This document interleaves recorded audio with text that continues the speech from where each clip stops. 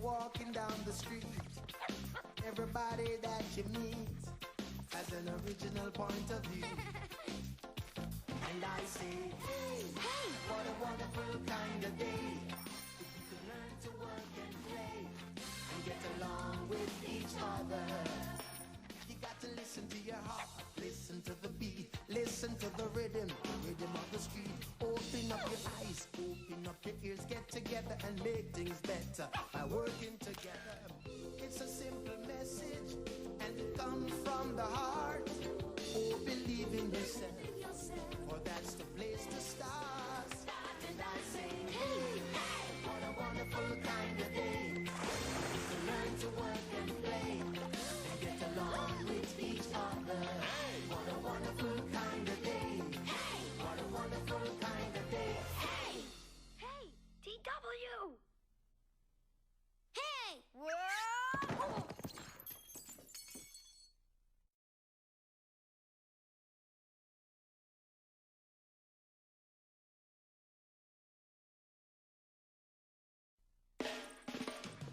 Every day when you're walking down the street, everybody that you meet has an original point of view. And I say, hey, what a wonderful kind of day. If you can learn to work and play and get along with each other. You got to listen to your heart, listen to the beat, listen to the rhythm of the street. Open up your eyes, open up your ears, get together and make things better by working together. It's a simple message and it comes from the heart. Oh, believe in yourself, for that's the place to start. And I say, hey, what a wonderful kind of day. You can learn to work and play and get along with each other. What a wonderful kind of day. What a wonderful kind of day. Hey, TW. Hey, whoa.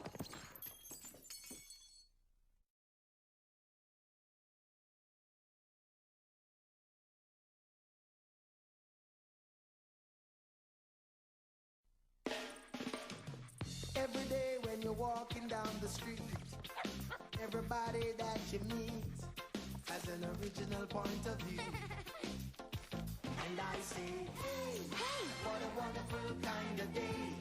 If you can learn to work and play and get along with each other. You got to listen to your heart, listen to the beat, listen to the rhythm of the street. Open up your eyes, open up your ears, get together and make things better by working together. It's a simple message and it comes from the heart. Oh, believe in yourself, for that's the place to start. And I say, hey, what a wonderful kind of day. You can learn to work and play and get along with each other. What a wonderful kind of day. What a wonderful kind of day. Hey, TW. Hey, whoa.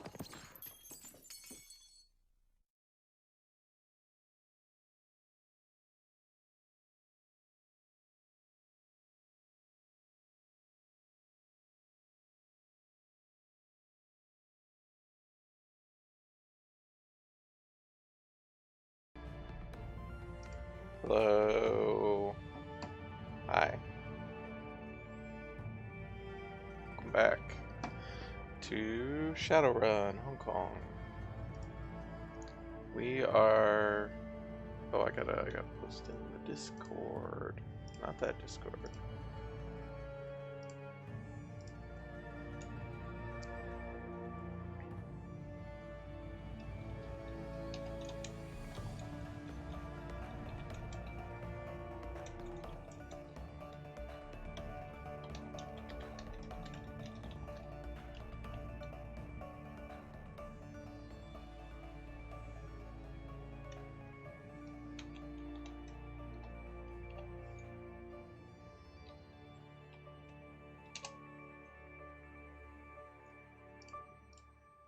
All right.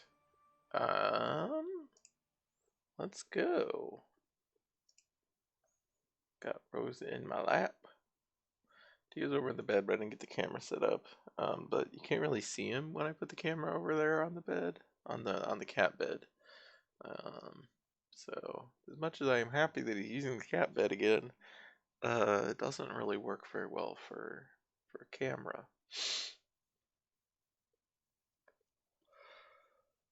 Right, I think we just arrived back and saved the game.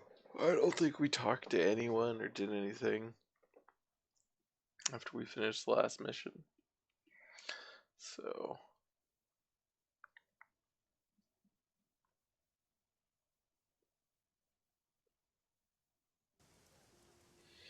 right, we killed that guy. Oh yeah, because there are like people all of a sudden that are here, which is weird.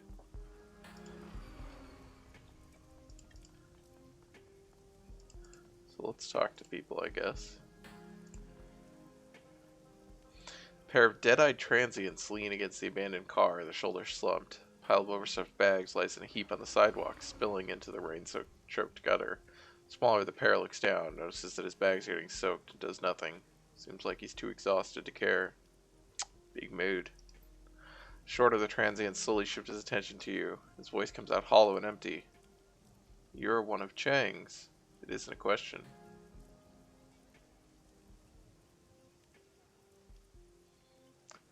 Oh, my favorite dialogue option. Remain silent. Fine, stay quiet. We're getting the hell out of here while we still can. If you're smart, you'll follow us. Everyone with half a brain is getting out of this place.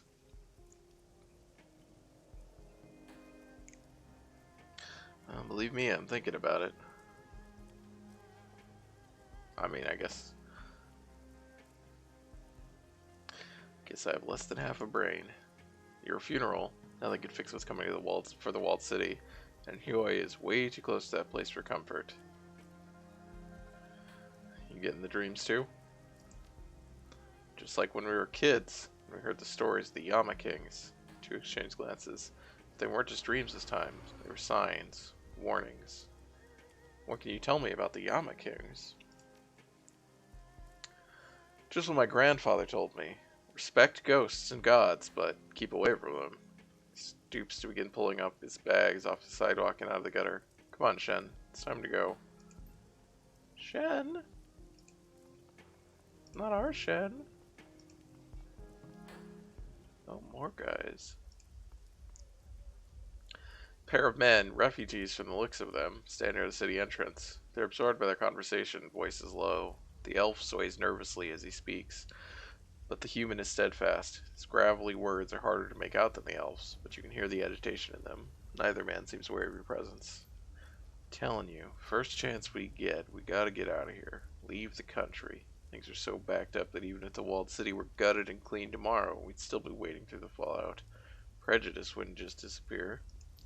Elf's head dips up and down in agreement. I know, you're right. You always are. I spoke to my sister. She's on board. Didn't take much convincing either. Those few of us who know about the monsters don't want to be anywhere near the city. Things like that, they leave a mark on a place. It'll never be right again. Did you just say something about monsters? Monsters? No, you must have heard me. No monsters here. Only corporate tyrants. What a silly thing to mishear. Monsters. He lets out a forced chuckle. That's right. Monsters. Keeps his voice low. Without breaking eye contact, he leads in towards you. The Yama Kings. Pats the back of his flustered friend. It's all right, Lauren. Might as well start talking about it. Not everyone's going to believe us, but those who do can prepare themselves, like us. Lauren sways uncomfortably, but dips his head up and down in agreement. The man continues. It started as a whisper, a rumor. The Yama Kings are coming to feast. Coming to feast on us, the walled city. Well, we took it for what it was. Superstitious bullshit. That is, until things started happening. Now the walled city's always been its own kind of hell, but these last few months, somehow, things started getting worse. People got more aggressive, others started to spiral emotionally, and our dreams grew more intense, more frightening. It's the Yama Kings, we're sure of it. They're going to destroy our souls and eat our bodies. We have to leave, but there's so many people who can't. I just wish we could take them all, Aaron. A small tremble shakes his willowy frame. Impossible, Lauren. Most we can do is save ourselves. Let's just concentrate on getting out of this alive, alright? Aaron returns his hard gaze to you. So now you know. Monsters, Yama Kings, are descending upon us from their ethereal thrones, coming to rip our essences apart. The sooner we get out of here, the better.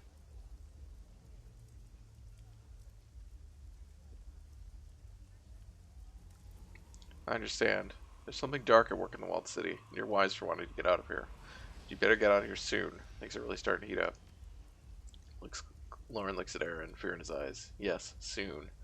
My sister's ready whenever we are. Aaron gives him a curt nod. Alright, we'll make plans right away. Thanks, stranger. I don't know what you're thanking me for. I didn't do anything, but... Alright, let's talk to this enforcer. One of Kindly's enforcers bars the path from the walled city into Hyoi, blocking the walkway with his body. A woman in a ragged shawl stands in front of him, her hands clasped, begging to be let through. He doesn't move. Wait, is this supposed to be the woman in a ragged shawl? Because she is not. Please, you have to let me through. My husband and children are already in Hyoi. I need to meet them. I have to. Nice try, but back off. You don't get in here. Nobody else does.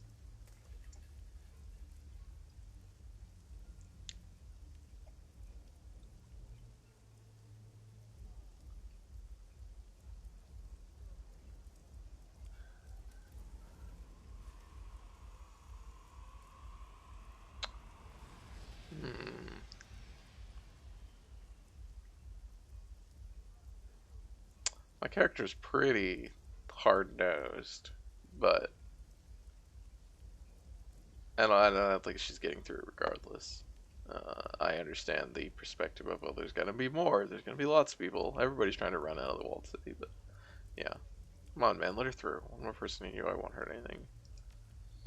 It isn't my decision. Auntie Chang gave orders. Besides which, there's 100,000 other beggars behind her who'd love to just get in here. Been banging at the gates all day. Think I should let them all through? Yeah. I don't care if you help them or not. I don't care if you help them or not. Just help. Just please help me. Think of my family. I don't know your family, woman. You probably don't even have one. I, on the other hand, do have people in Yoi. If I disobey Annie Chang, what happens to won't be pretty. Why does Kindly care about refugees passing through Hyoi? If they were content to pass through, she probably wouldn't. That isn't what these people do. They get out and they try to stay here. With everything that's going down, the last thing Kindly wants to have to worry about is the population of Hyoi suddenly tripling. So we aren't taking anybody. Period. Refugee's tear-streaked face twisted into a snarl. Pig bastard. You won't let us through? I'll come back with so many others you can't hope to stop us. We can't stay in the walled city. Not with what's coming. We won't. Be my guest, woman. Bring as many friends as you like. Pats a conspicuous bulge under his jacket. Make sure to have a bullet for each of you.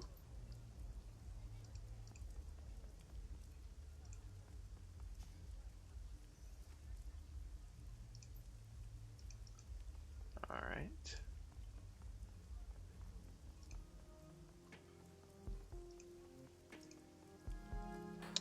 Spider Shen. Spider Shen.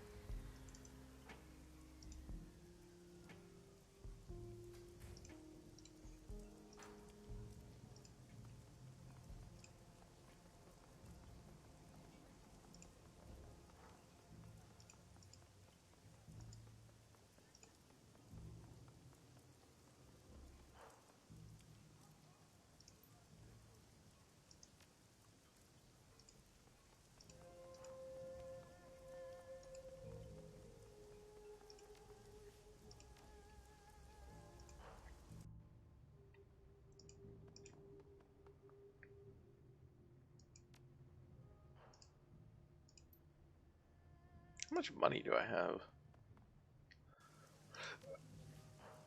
Not much.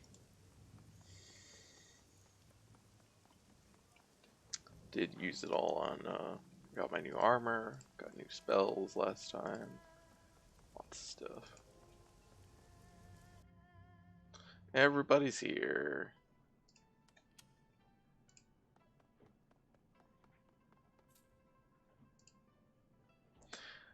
The walk through the mahjong parlor is punctuated by the tantalizing smell of coconut and fried confection. Your crew surrounds kindly Cheng, watching uncomfortably as she peels small egg-shaped delicacies from a waffle-like pastry and pops them into her mouth. Each time she does, her eyes close in ecstasy, and soft sound comes from her throat. There you are, Cade. Your crew here tells me that you were able to locate and interrogate the plastic-faced man. Straw Sandal's eyes narrow and her rusty voice takes on a jagged edge. They haven't told me his current disposition, however. I assume everything went as I instructed. I am Cade Wolverine. Yes, Auntie. Took one of Josephine's pieces off the board. Conley Cheng's nostrils flare with a sharp inhale, and her eyes glisten in triumph. That was for you, Nightjar. I trust you got something useful out of him. We got plenty. Wu sounds eager. He gave us a data dump of everything he knew about Prosperity Tower. First-hand info. Josephine's headquarters. She puts down the pastry, rubs her nose, considering, yeah, everyone knows about this. Why did this not come up before? Oh, he's talking about Posterity. Maybe it's her fucking headquarter building. I mean, once they knew that she was involved, obviously. Even before she was involved, really, they probably should have said, well, there's this famous corporate building called Prosperity Tower. That could be useful, I suppose. What do you intend on doing with it? We're going to rescue Raymond. He's alive, Auntie, just like I said he was. Josephine's holding him in there. She's doing something to his brain. Something to his brain? She takes another bite of her pastry. What is that old bitch up to now? Based on the memory that Mr. Plastic showed us, looks like she's trying to rewire her son's memories using something called ASSIST, Artificial Sensory Induction Systems Technology. It allows the user to record, process, and feed synthetic sensory input to the brain. Like a SimSense chip. Yes, Auntie, it's the technology that led to SimSense. It's also what allows Deckers to enter the Matrix, grants riggers a neural connection to their drones. An expert assist technician could alter someone's personality, memory, even identity. I'm guessing experts like that don't grow on trees. Definitely not. Changing someone's memories requires a world-class expert in assist and a massive amount of computing power. I'm not sure exactly what they're doing to him, but I'm guessing his mom wants him to forget something, or to remember it differently, maybe. We've got to get to Raymond before he isn't Raymond anymore. What do we know about Prosperity Tower? Mr. Plastic dropped us a couple of terabytes of data on Prosperity Tower, right out of his brain. Isabel and I have been studying it. Lots of good intel to mine there. Looks at the rest of the crew. Just we need to take a run at the place and hope to get out alive. How do we make our approach?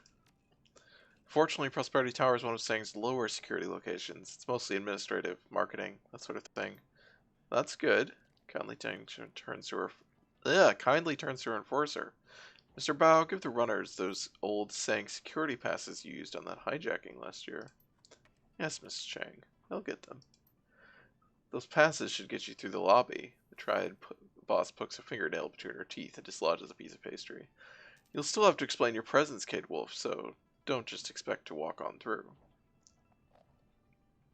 What about that junk data you held onto after the whooshing run, Isabel? Anything in there we can use? Oh my god, is this where we get to call in all of our allies? I want to call in my vampire friend. Good thinking, and I'm already ahead of you. I scoured the leftover whooshing paperwork and found a way to change our status to special couriers. We can use that to pose as third-party whooshing users deliver important packages. That'll work for a while, but we can't expect to gain cover for long. One way or another, things are going to get hot. Loading deck sounds like just the edge we need. Let's do it.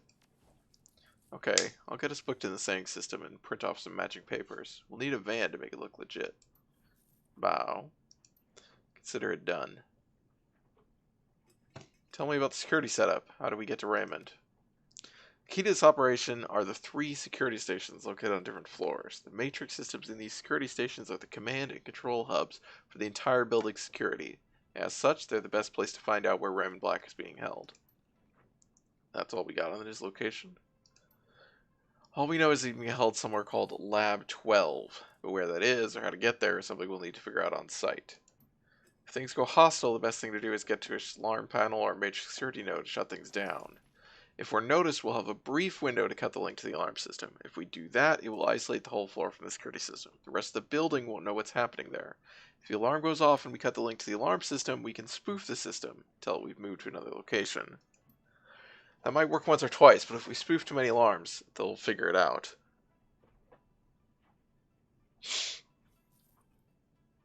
How long is the brief window to cut the alarm?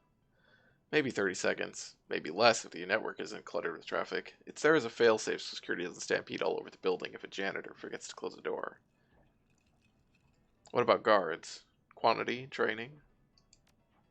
Standard corp security for the most part, but Sang has a rapid response squad for high priority events. That would be us.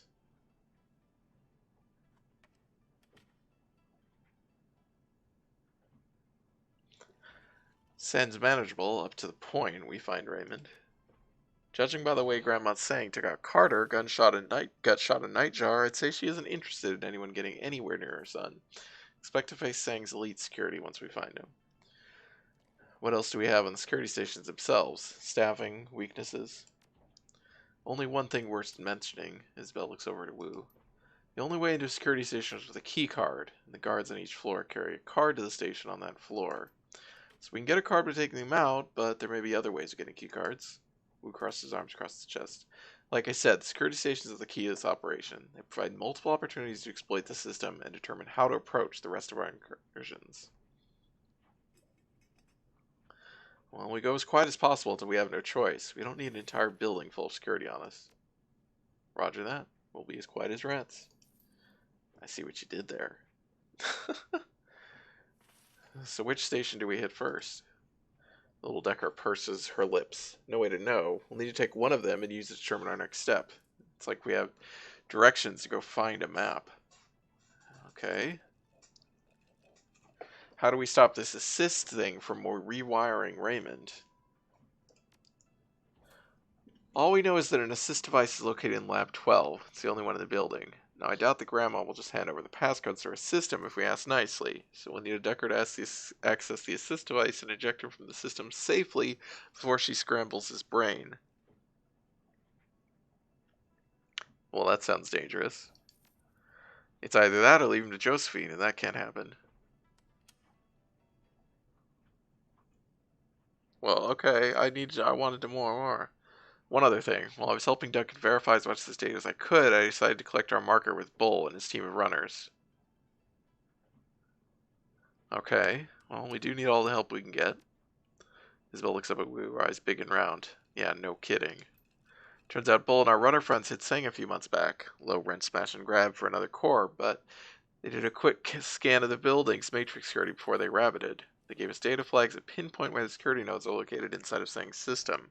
So when we jack into a security station, we'll be able to make a direct attack at the security node. That could buy us the seconds we need to cut the alarm link. Nice work.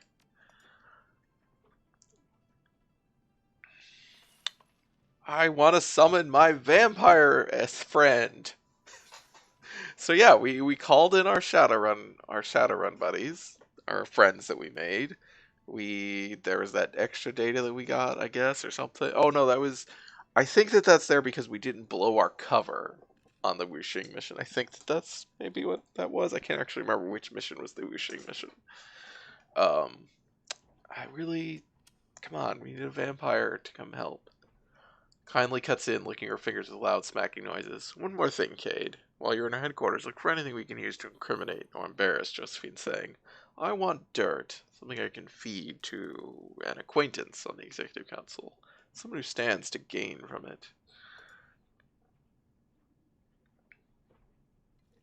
Sure, right after I rescue my father. My first priority is getting Raymond disconnected from that assist machine. She pops another egg treat into her mouth and her eyes close tight with pleasure. Of course, my sweet, of course. Now go enjoy Prosperity Tower. She smiles wolfishly. Give Josephine Sang my regards. We could probably just try to murder her while we're there. She might give us the opportunity. That would probably make you happy.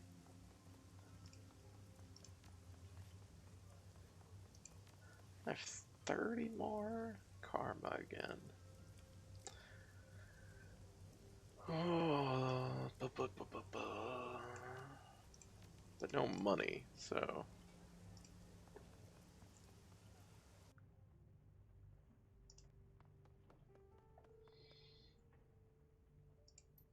Oh, I have an unread message. Good luck with the whole what happened to my father thing. Rough deal. If nothing else, I hope the people responsible get what's coming to them, and that my neural inhibitor program helps get some payback. It did! Thanks, Dreamland.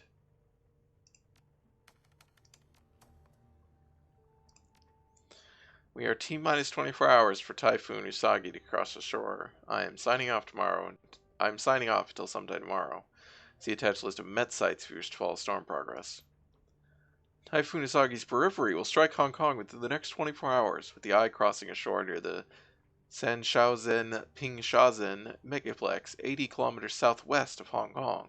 Usagi is weakened, but meteorologists warn it is still a very destructive storm. Severe damage and flooding are expected in the direct storm path.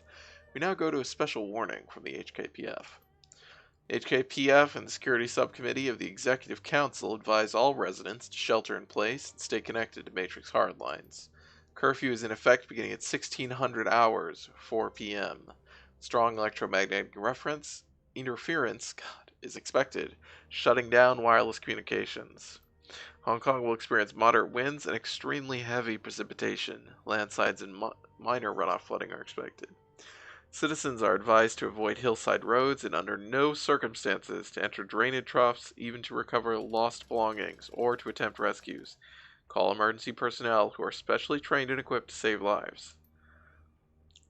The automatic Joang wall was activated at 6:30 this morning, enclosing Victoria Harbor, blocking incoming waves and limiting the storm surge experienced on the harbor to 1/2 meter. The Port Authority indicates that its seawater pump capacity will be easily sufficient to prevent a destructive rise in harbor level, but rolling brownouts are likely as electricity is routed to the seawall's pump arrays. Where's everybody gone on the boards? Does the term crunch mean anything to you? People are running? Won't all the security forces be on high alert during the storm? It's a sheer question of resource coverage, Kong Ming. Like arson in old UCAS cities on Halloween, there are innumerable targets across the Kong. High alert can't be maintained at even a fraction of them through a typhoon. This is the fight the A-teams on both sides always know is coming. But can't the Corps just plan ahead and hire more people? Blood Meridian? Are you there? Anyone?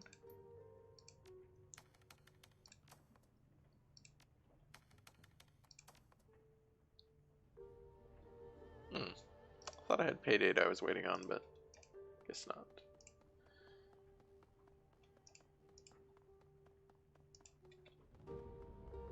Hi, Duncan.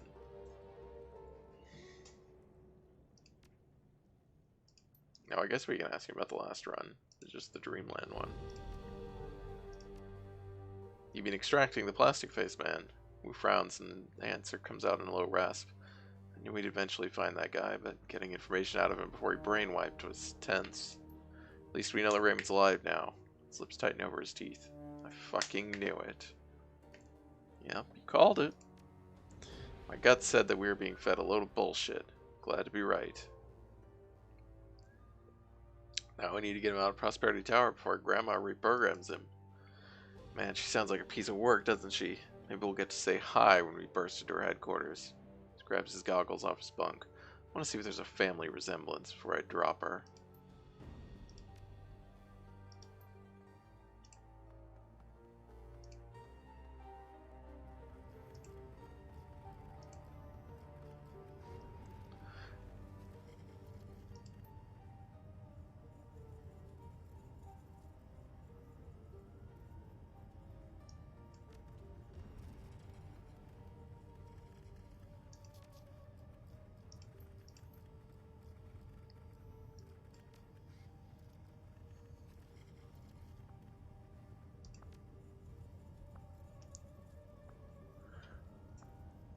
Oh, okay, we can ask her more about the walled city.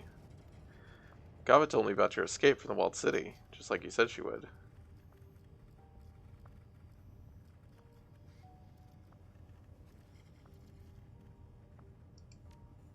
Yeah, I'm not surprised. Why are you telling me about it? Because I wanted to get your side of the story. She sighs. Alright, fine, if that's what you want. Walled City was a hellhole. You already know that. For all of its failings, it was a good teacher. Taught me to hide, to stay small and unnoticed and insulated, to survive. Taught me that the fish on the perimeter of a school get eaten, that sticking out your neck is a fool's errand, that even fools can have their uses. Also taught me to recognize a stronger person when I met one, how to use that strength for my own benefit. So when I met Gobbet, I knew that she had something I didn't. Her magic, you mean? She nods. And her connection to Rat, and her willingness to risk her own neck on a whim. We were different people then. I mean, still are now, but the differences were even more pronounced when we were kids.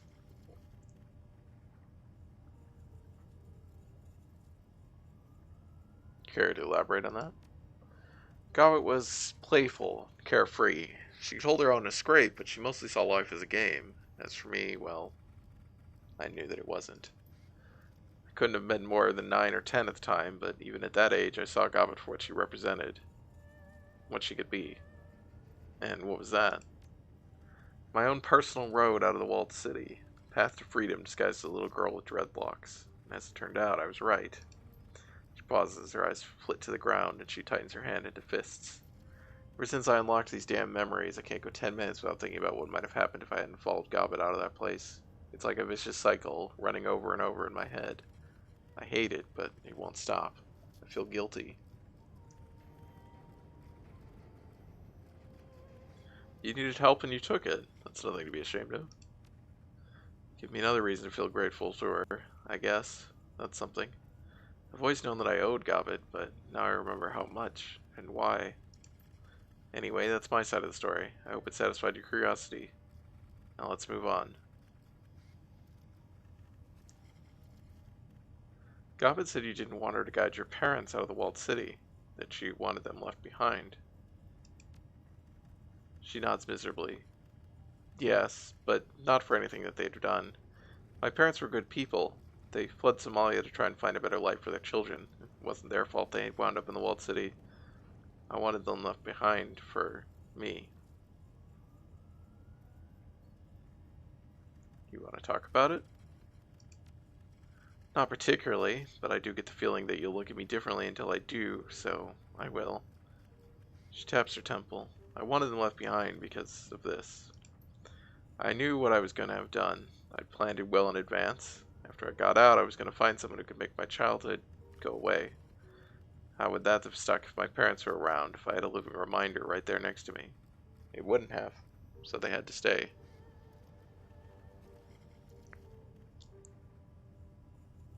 That's cold, Isabel. It's survival. Besides, I was sure they'd be fine. They were my parents, grown-ups. They'd be alright. She heaves a sigh. Before you ask, I checked. They're gone now. Can't go riding to their rescue. I made a decision when I was a kid. It felt like the right one at the time. Now I have to live with it.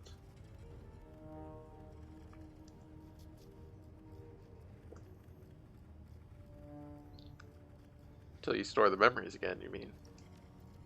Yeah, until then. Now let's change the subject, okay?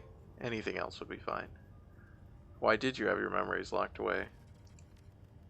Why do you think? They were awful, traumatic. I'm not talking about personal trauma here. I was fortunate enough to avoid the fates of many of my peers. I didn't get pressed into service in a brothel. The organ leggers didn't get me. I only had to watch one of my siblings die. She frowns. So yeah, it could have been worse, but it doesn't make an early life in the walled city any easier to bear. You watched one of your siblings die. Yeah, my older brother, Cabdal. Cabdali? Heroin overdose. He was 19. Almost the same age that I am now. I'm sorry I had to watch that. Me too. You want to hear something powerful? Something awful. I don't know why I said that. I'm having trouble reading tonight. I almost envied him. He got out easy compared to a lot of people who died in the walled city. There was no violence. He wasn't taken by organ leggers or gunned down by the triads. Just put a spike in his arm to press the plunger and stop breathing. Quick and easy. I'm sorry. Don't be. His death was a lesson. I did my best to learn from it. Everything that happened in my childhood was that way. A lesson in disguise. Lessons about impermanence and the random cruelty of life. Lessons about what a huge mistake it is to get attached and prioritize your own survival, no matter what. Those lessons are important. They kept you alive, but it's just as important to know when to leave them behind.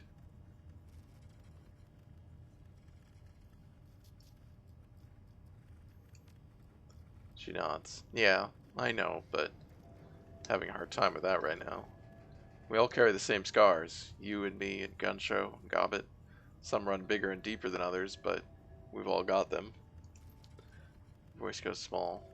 I don't want mine anymore. Abruptly, she turns away. And that's enough of that. Ask me something else, Cade. There was a man here in Huai who was ranting about the Yama Kings. His hair had gone white with fear, and I watched him die. She nods miserably. Yeah, it happened when I was a kid, too. Not often, but occasionally. People would have bad dreams and then become obsessed with them, consumed by their own dread. When I was a kid, we viewed it as a kind of local malady. Dream madness. Mostly affected people with other problems. Dementia, paranoia, phobias, that kind of thing. So people would just shrivel up and die because of the dreams. Basically. But like I said, it didn't happen often. I remember one old woman, Auntie Wai Kyung. She had skin like parchment paper, and she baked egg tarts for the neighborhood kids. We liked her. She was good. One day, Auntie Wai Kyung didn't come out of her apartment. She was always up at about by 6 or 7 in the morning. It was part of her routine. For her to sleep past noon was unthinkable. Naturally, the grown-ups assumed that she'd passed in the night. She was old and frail. It was bound to happen sooner or later. So a neighbor, Mr. Ejide, went in to check on her and collect the body. What did he find? She wasn't dead. What he found was much worse than that. She pauses, looks you in the eye. Oral surgery was involved. You don't want to hear the rest.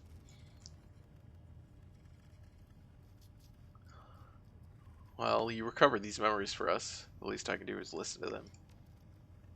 Alright, your call.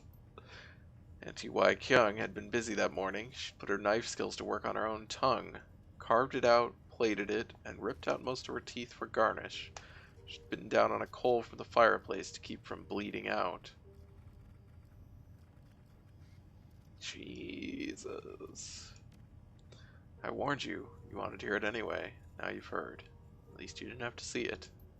Before you ask, she had a reason for doing what she did. She was trying to protect herself from Kianya. How so? The old stories all said that Kianya would claim you as a slave by tying your tongue into a knot. No tongue, no slavery. The old lady didn't want to take any chances. Fortunately for Mr. Ejide, she didn't want him to take chances either. She was a sweet old thing, always looking out for her neighbors. Thanks to the dreams, she knew it was at stake. She wanted to help. Other adults didn't make it into Auntie Wai Kyung's apartment in time to save Mr. Ejide's jaw. It was hanging by a thread by the time they got there. She'd always had a steady hand with a cleaver. Did he live? Yes, but I think he wished that he hadn't. Replacing a jaw is expensive, and Mr. Ejide had no money. He had to settle with a life of miserable silence, hiding the wound in his face and slurping broth through a tube. As for Auntie Wai Kyung, she suffered an aneurysm, dropped dead as the grown-ups were trying to get her to what passed as a clinic in the Manchu district. But she died with a smile on her face. She knew that her soul was safe.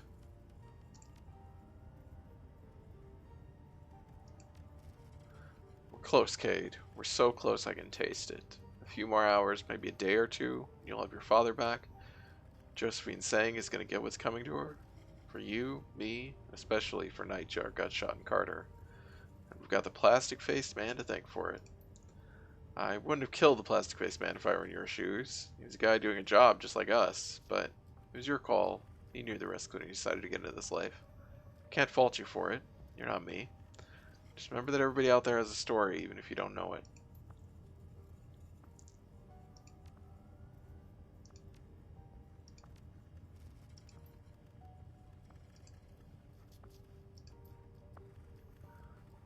Cade, come to a decision. I want these memories out of my head. I think we guess, like, I don't know, because there was time when when I asked and we didn't have any more questions to ask. I guess I needed to talk to her after or whenever I talked to Gobbin about that stuff, and I didn't realize, so we're having to do this all at once. Come to a decision. I want these memories out of my head. They're an unpleasant distraction, and I was happier without them. When this is all over, I'm deleting them. To hell with locking them away again. I'm going to purge my childhood altogether, shred the memories, and move on. As an added bonus, it'll clear up a lot of headworm memory. Thinking I could store some SimSense recordings up there. I'd make it so that when I try to remember my past, I get summers on the beach instead of sorrow and pain.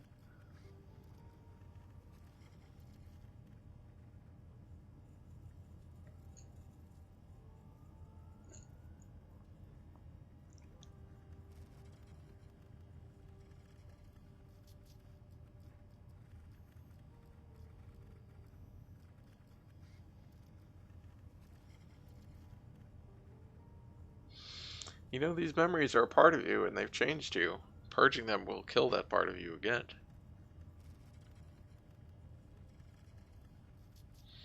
I don't really want to judge her for it. I just want to, be clear. Oh yeah? Good. Part of me that knows this shit would be better off dead. The rest of me will be a whole lot happier too.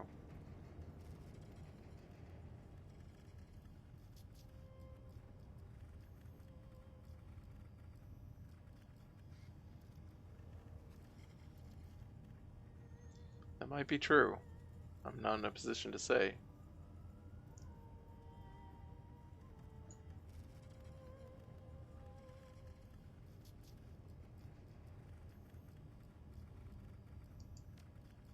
You aren't, but I am. And I'm telling you, this is the way it's going to be.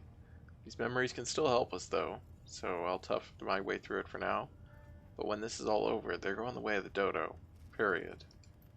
Squeezes her eyes shut, rubs the bridge of her nose between thumb and forefinger. Anyway, I guess you're here with more questions, right?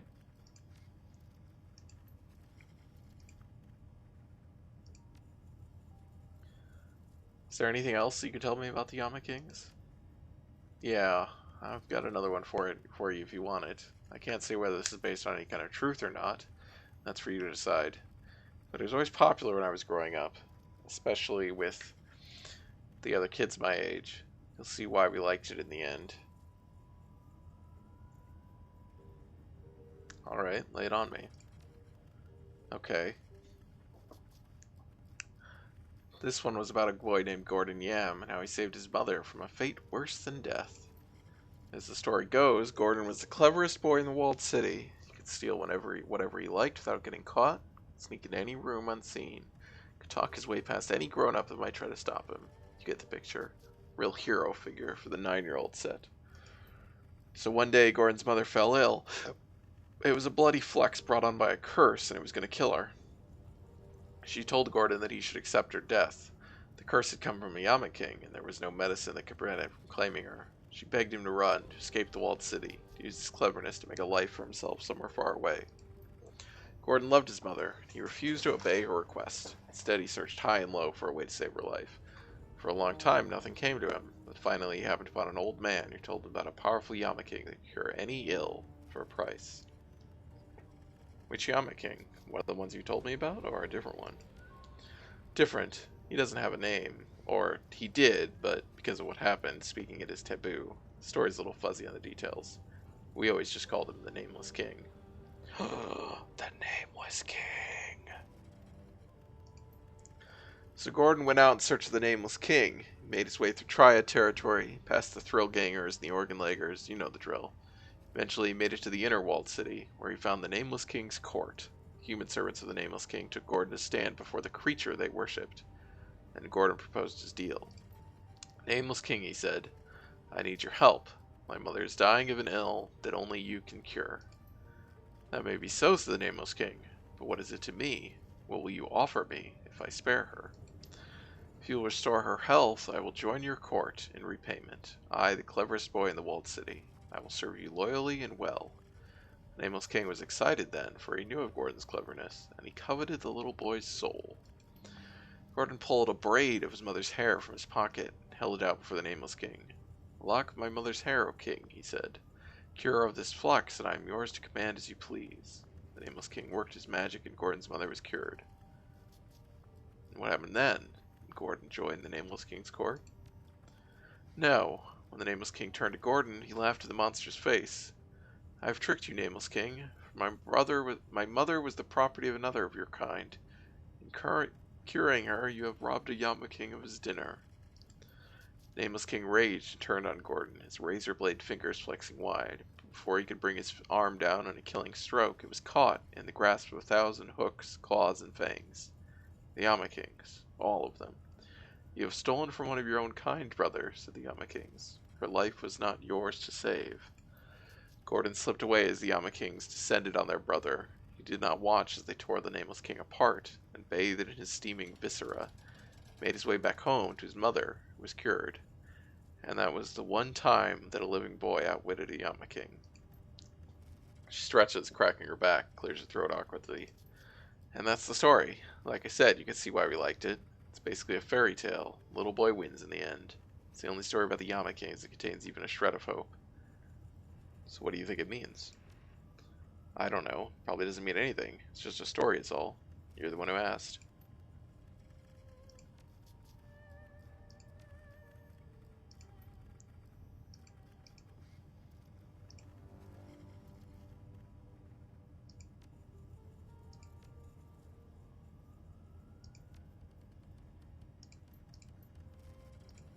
Oops. Alright, let's go talk to Gobbet.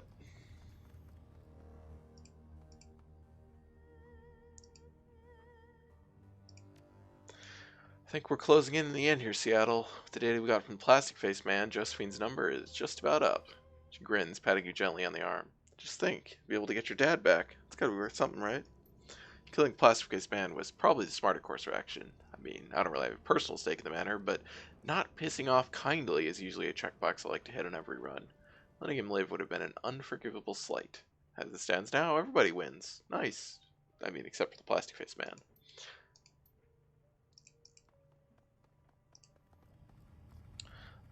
Ractor won't have anything to... Well, we can go see if Ractor has anything to say that's not related to the run.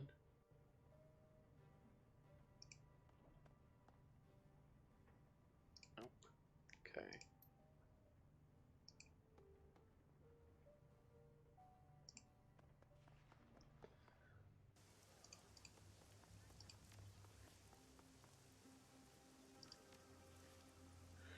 Alright.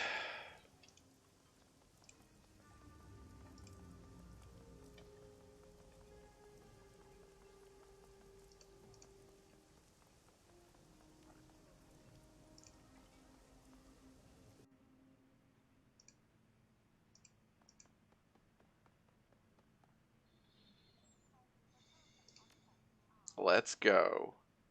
Obviously, we need to take Duncan. We need to take Gobbet. Who do we take? I'm kind of tending to just like, let's just take Isabel again. Rather than Ractor. Sadly, I just don't think Gaichi is particularly good. Like, he's fine. It's not that big of a deal, but...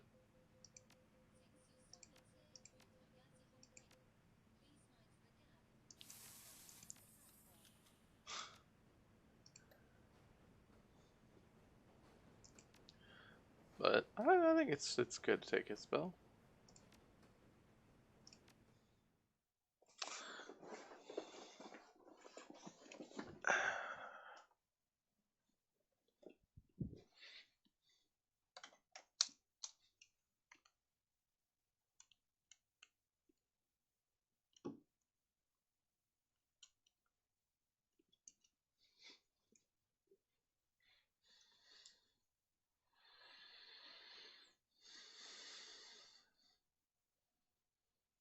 What? God damn it. Okay. Ah, oh, fucking stop.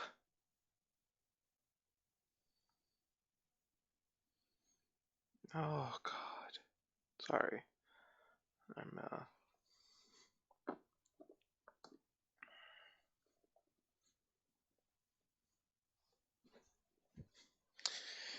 okay, just a sec.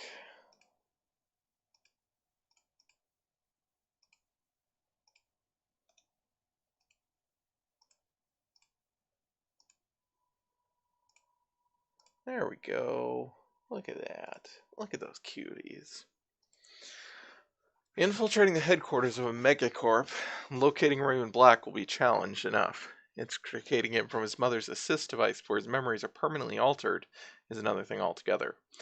You hop the MTR South Island line and roll noisily down to the nearby island of Apli Chow, a dense forest of soaring skyscrapers and corporate greed. Amid them, blending innocuously with its neighbors, stands Prosperity Tower. Emerging from the MTR station, you find a delivery van waiting for you, just where Strangler Bow said it would be. You pull the van around the building, and the loading dock saying Mechanical Services, and its CEO, Josephine Sang. Okay. This is Duncan. He needs his gun. Gobbet gets this neat gun.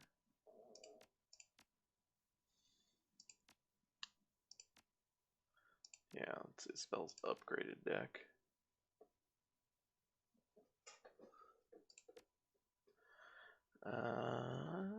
Give her trauma kit, I guess, and some bonus med kits. Give me a bonus med kit. Me a bonus med kit. Gobbet. Honestly, let's just give Duncan more grenades. More med kits. What is this?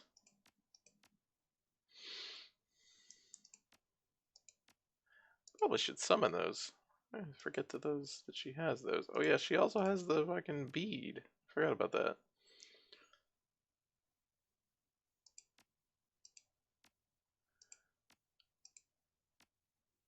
Alright, and our spells are all equipped. Okay, we're good. Would you like to spend your unspent karma?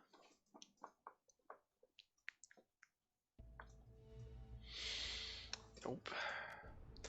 Metallic scent hits you as you enter the loading dock. Swirl of gas, oil, and steel packing crates. Fluorescent lighting above casts a gross hue throughout the dingy garage. One of the lights in the corner is out, smashed in by the looks of it. It seems that the behind-the-scenes world of Sang is just as dirty as its business practices. Not far in front of you stands a couple of corporate workers, unaware of, or at least indifferent to your presence. Security may look light, but we're not in yet. Words only get us so far. Things are bound to get heated eventually. Just prepare to cover your ass when the bullets fly. We've got a lot to get past before we get to Raymond. He's right. Keep our objective in sight. Kindly said we could find information on Raymond's location and security stations. It'll be tricky getting into them, but once we do, that's also where we can cut the alarm system. Once we find Raymond, I'd be happy to help with his liberation. She wraps her fingers on her cyberdeck. Oh, and as for the Sang security passes, we shouldn't rely solely on them. They'll help, but using them alongside our own wits will be most effective.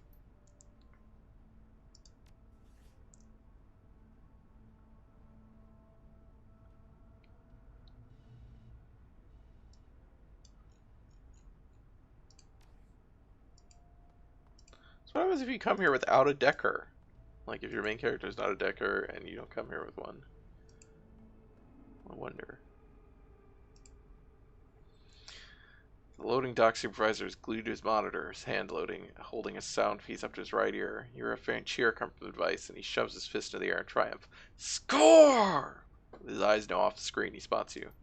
Well, it's about time. Pauses, he takes in your appearance.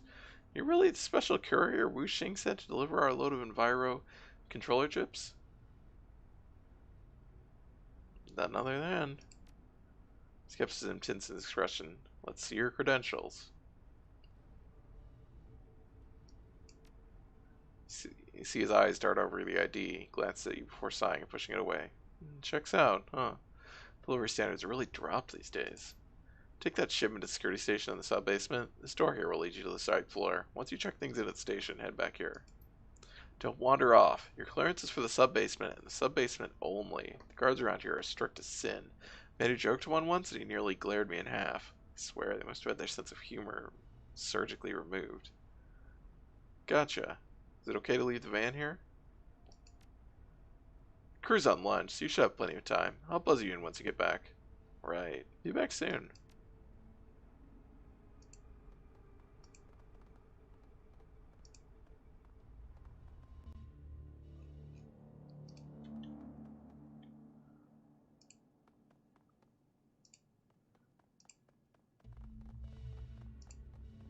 Maintenance manager.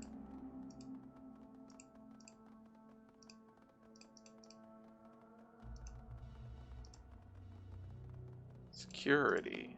Okay.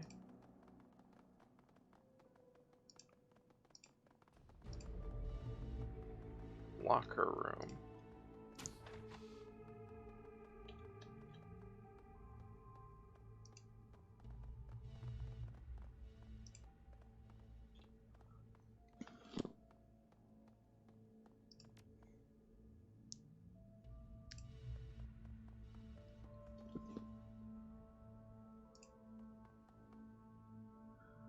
And who are you supposed to be? First day. Was told to report here? Well then, welcome to the shit show that is floor B3. Our boss is a dick, bad at everything, and loves to blame others. That's why the company put her down here. Any tips? Yeah, don't fuck up. You're at saying now, not even our god-awful boss will tolerate anything less than your best. In fact, I suggest you make it a habit to check in with her early. She hates it when people are late. And with how much she enjoys pointing that finger, stay on her good side.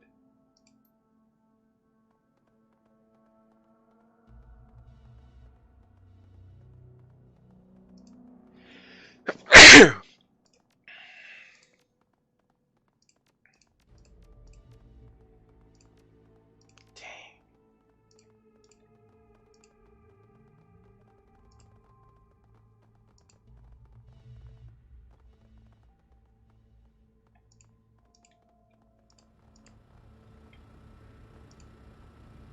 Oh, first aid station.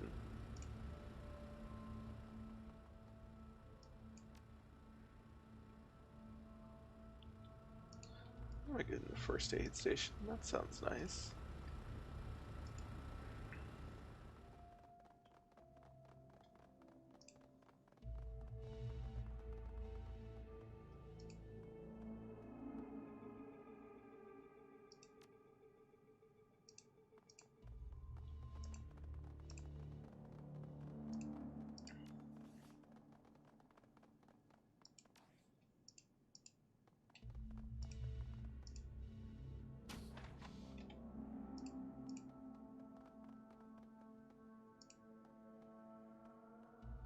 Greeted by the sight of a dwarf leaning against a desk, nose deep inside a book. Plaque next to her hip reads, Maintenance Lead. She holds up her finger to silence you, eyes locked on her story. After a moment, she dog-ears her page and sets the book on the desk. By the way she sizes you up, you can tell that she's not in the business of making friends.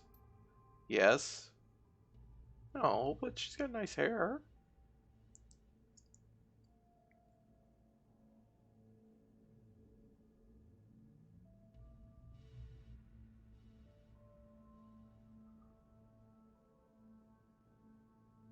Hmm. Hmm.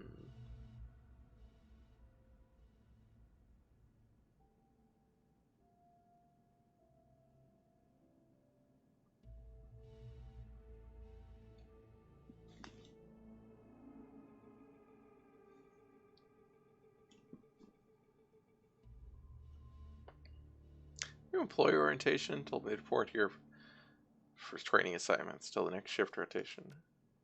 Before you do anything around here, you gotta change out of those ridiculous clothes. Hit the locker room and grab a uniform. Show some goddamn company pride. She studies you again, clearly unimpressed. Well, at least they sent me somebody here. Here, the locker code.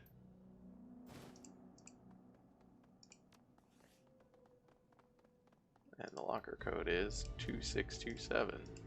Thanks.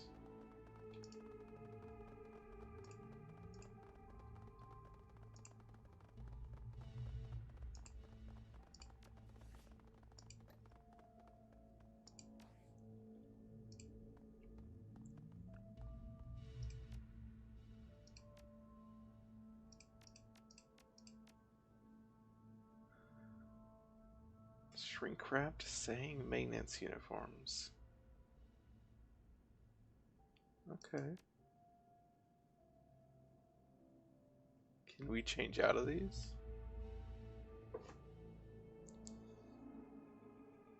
The rest of your team begrudgingly rifles through the locker, picking out uniforms closest to their size.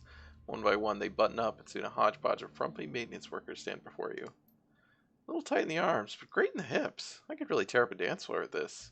She swivels her hips and spins on her heel. She comes back around, she grabs her chin and strikes a pose. This is the pose I'll use to win hearts. Straightens up and pats the uniform. Hope Sang doesn't mind if I keep this.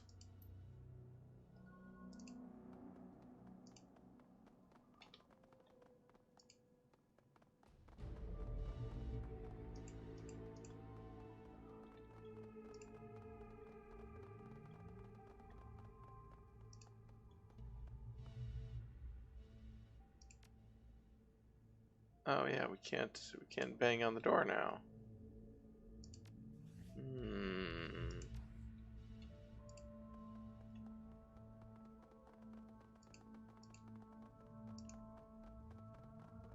Oh. So now I don't know if we can get in there. I guess maybe we were supposed to do that beforehand.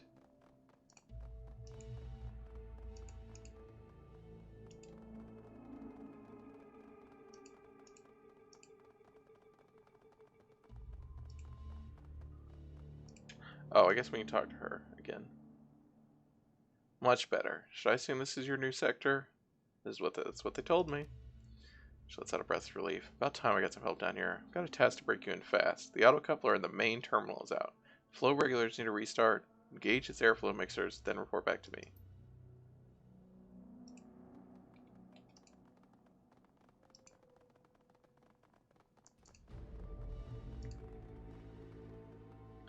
Standard model terminal. Everything looks fairly basic, including its controls. You notice something flashing in the corner of the screen. A message entitled Urgent. Lee, I need your team to get together and fix the climate turbine. Make it a top priority. It's been radiating heat on warm days and cooling on cold days. People around the office are getting pissy. I'm not going to take their shit on your behalf. And the longer they wait, the more your quarterly review will suffer. Accept the work order. Reboot the controls.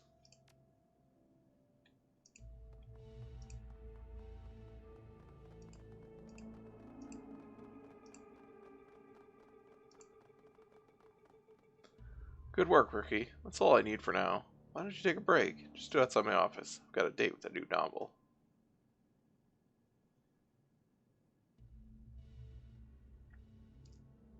Great. Oh, wait. Did I mention the terminal has another maintenance request in it? Something about fixing a turbine. I accepted the task. She slams her hands on top of her desk. What? You signed off on the goddamn turbine engine? We can't do that. I'd need at least a crew of 4 level 3 techs to even do an evaluation of that thing.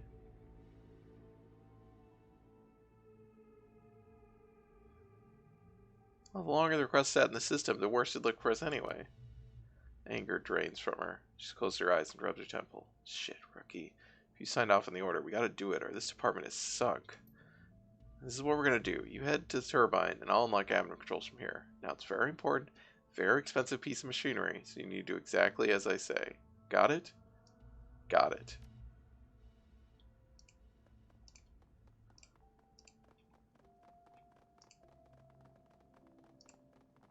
What's the worst that could happen? A live video window is open in the middle of the terminal screen. You see the face of the ever-tense maintenance manager glaring back at you. Alright, Rookie, I've started the turbine in standby mode, so its electronics should be working. I need you to troubleshoot the issue from your end while I reference the machine's manual on my end. Let's see. It says here we should start by repressurizing the hydraulics. There should be a program in your terminal specifically for monitoring and controlling the turbine. Once you're in there, select the hydraulics and hit the appropriate command. Okay. The turbine hisses as the hydraulics pressurize. Well, that's something. Indicator lights are still red, though. Sometimes the engine's seismoradar connection becomes misaligned, so try adjusting that. Shouldn't need to move more than a couple centimeters. Okay. Machine remains unchanged. Maybe the rotor speed needs to be recalibrated? Okay. Something groans inside the turbine, and the base of the rotor begins to rumble. Hey, that's it! Don't let the noise fool you. We've identified the problem. The rotor must have been recalibrated. The opposite of what it needed. One more try and it should fix the turbine. Give it a go. Oh, here's the moment of truth! Do I repair it or do I sabotage it?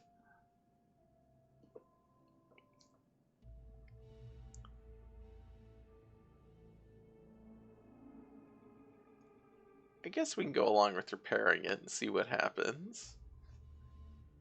I'm still wondering how we get into the security office. And I'm still worried we might have to reload.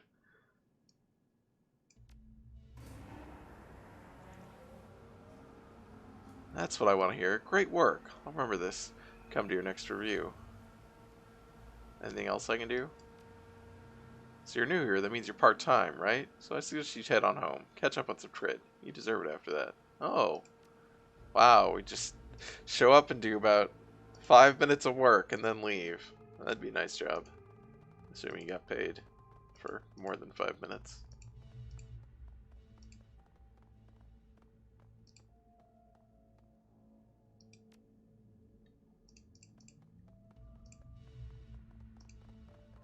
I'm worried we still don't have a way into the security office. What? Why can't I?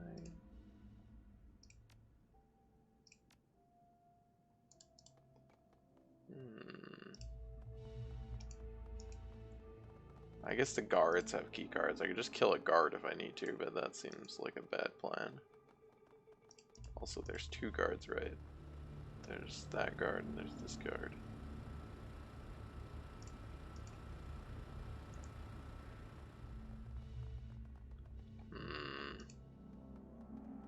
Okay, we'll make a save. But, really?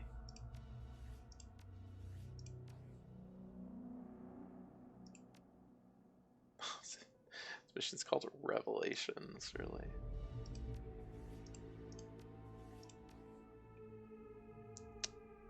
Oh, no, it's called Prosperity Tower. The previous mission was Revelations. That actually makes more sense.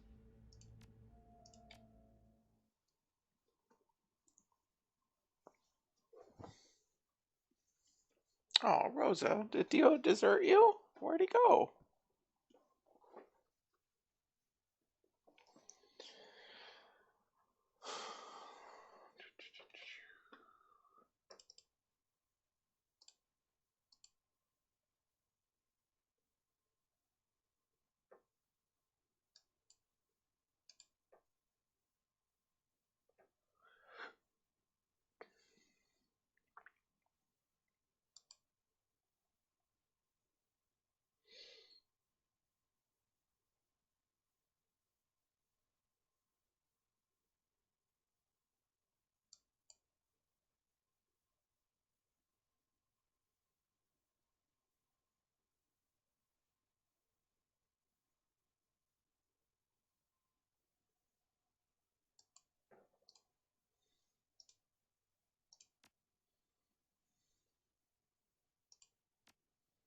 Oh, I really gotta save after the start so I don't have to do this. Give everybody some stuff. I don't know why it's having to do this. Like flashing.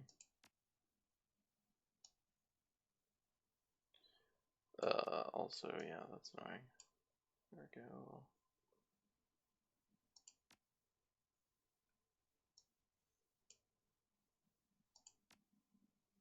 Okay. No, I don't want to spend my unspent karma.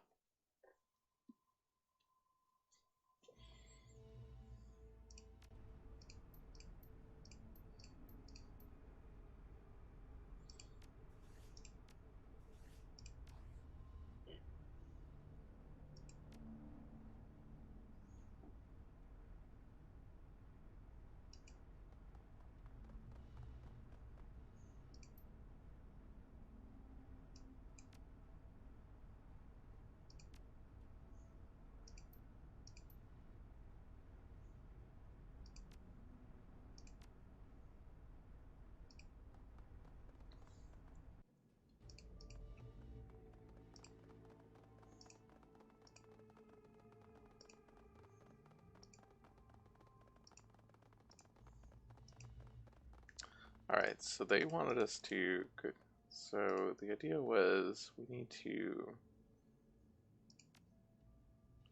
Muffled, annoyed voice shouts from the other side. What?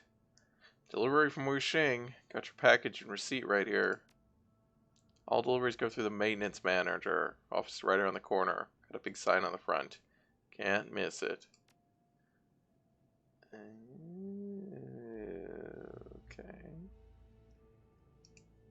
So how do we get in there?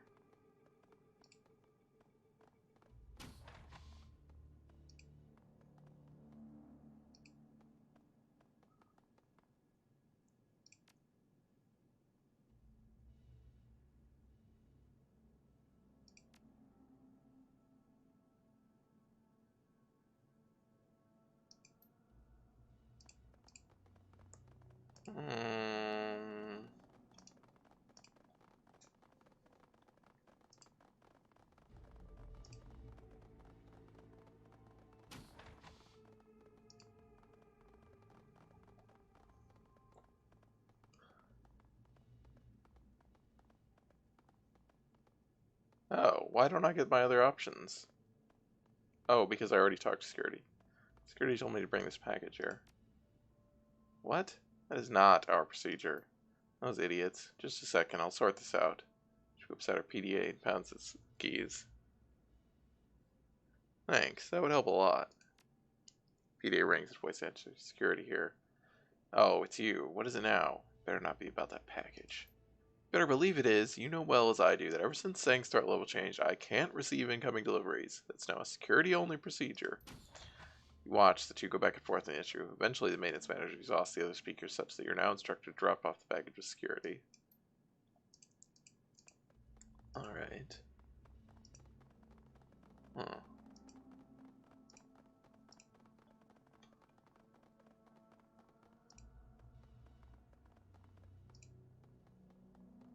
Well, that's convenient. I liked the whole sabotaging the thing, though. Let's have Isabel do it. She's good.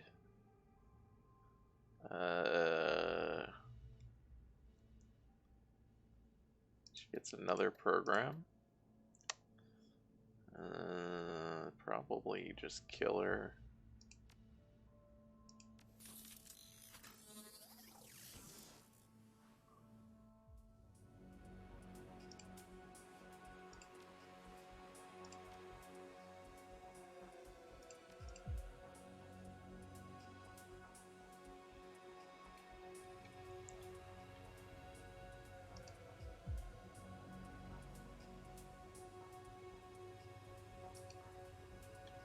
Okay, where are we trying to get to? I guess over here? Whoa, what is all that? Fancy.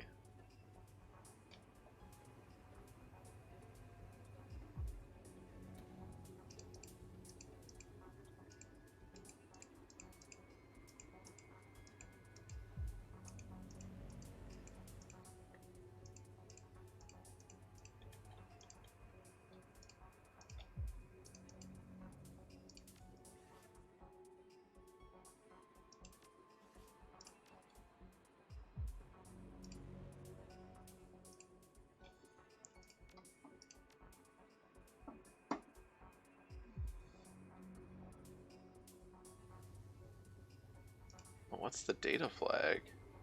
Security node through here. Okay. Oh dear. Hi guys.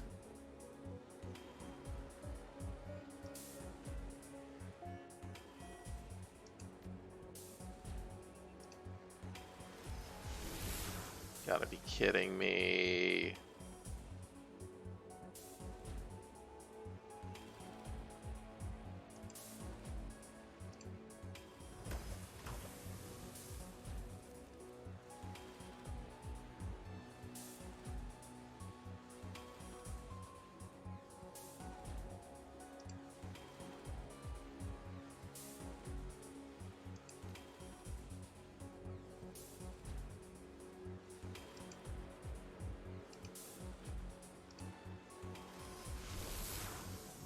go.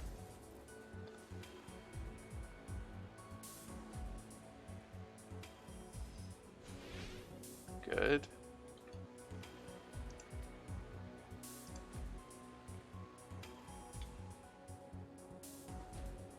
I need to head over here so that this thing doesn't see me.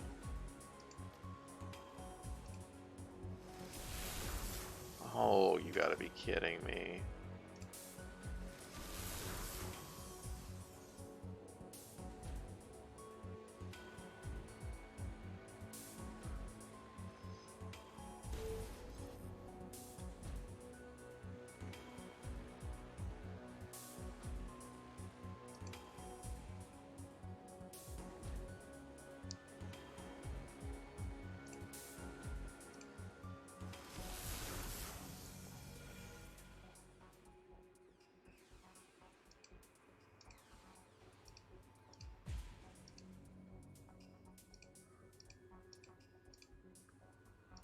I need to be able to... Okay, I guess I'm safe. So I need to be able to walk further up there. Seem like I'm okay here.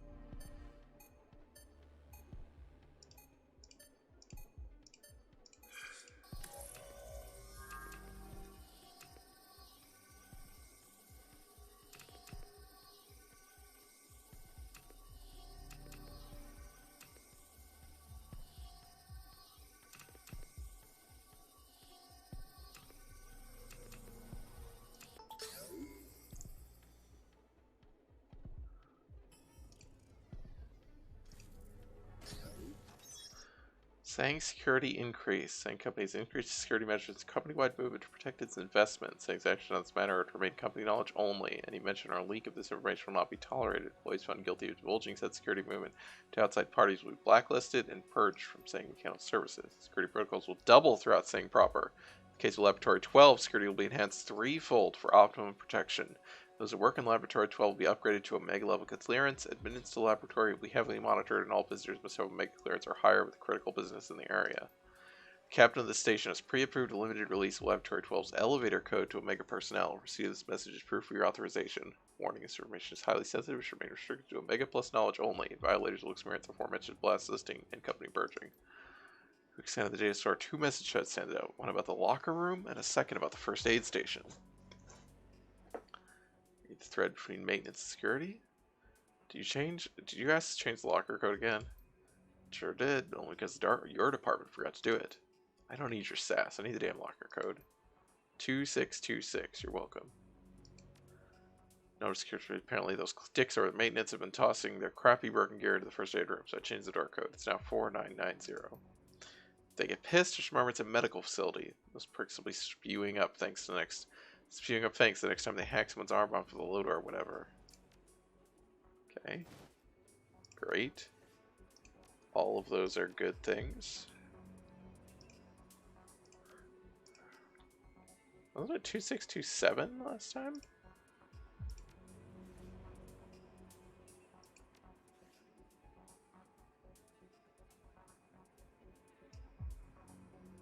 Oh, it bounces to the next target.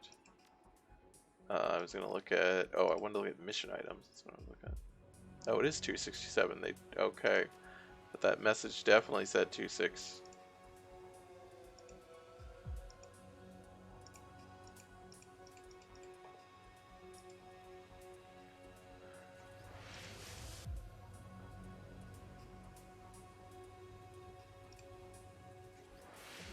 Yep. Okay, that's kind of what I figured. Oh, there's a lot of them. Okay.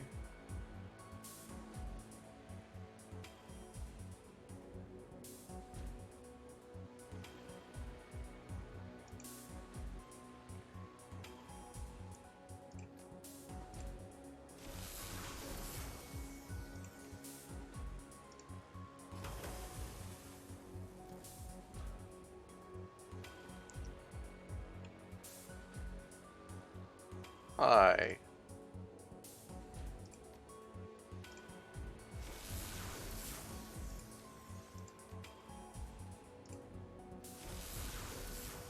I mean, this is going alright.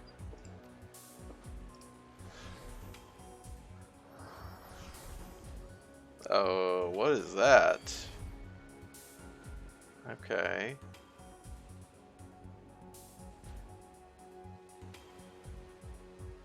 Guess that's what's happening there.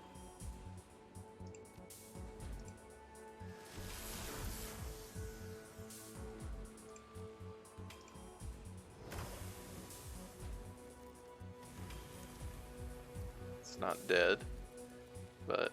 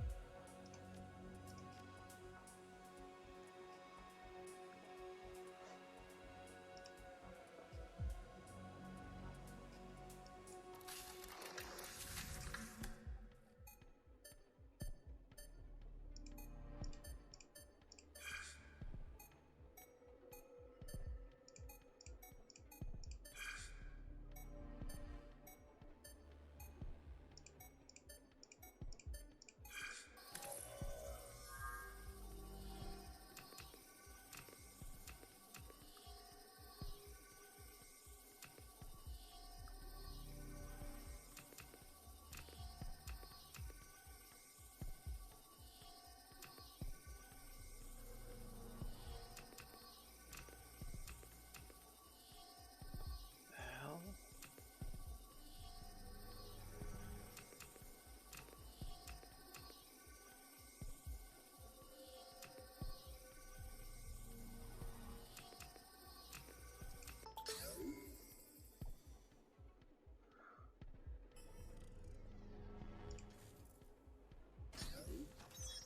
We hacked the node, and the vulnerable network is quickly infected by spoof programs. Within a matter of seconds, the programs spread across the system, sending false security alarms throughout saying. Security networks becoming less and less stable. More guards pick up the summons to locate each alarm's organ. They continue to only find dead ends. Oh. Is that what I was supposed to do? Oh, to weaken security nodes. Okay.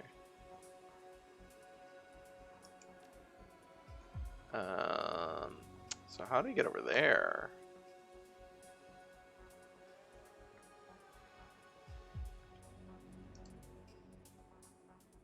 That's the question, right?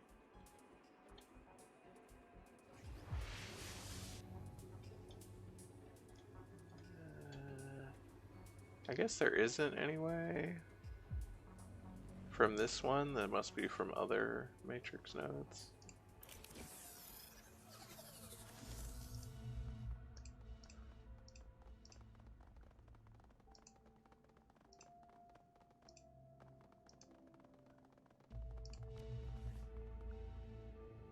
Oh, I guess she didn't look up from her book. Is that the explanation here?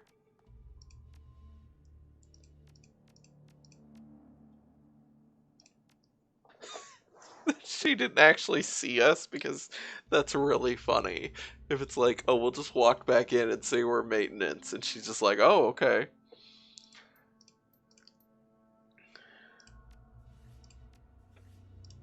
God. That seems like a thing that they would do.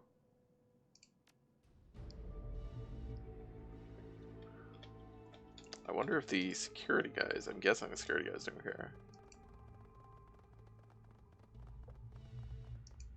Like, hey, yeah, we're security now. Or maintenance now. So what does sabotaging it do? I guess we need to check this out.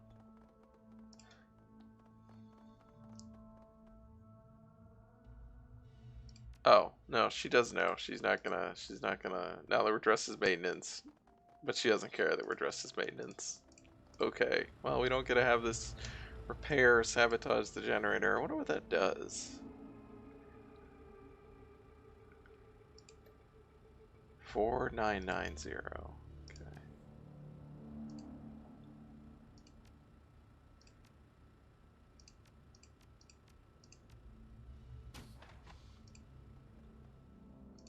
Yeah, I was assuming this would just be... Ooh. Nice.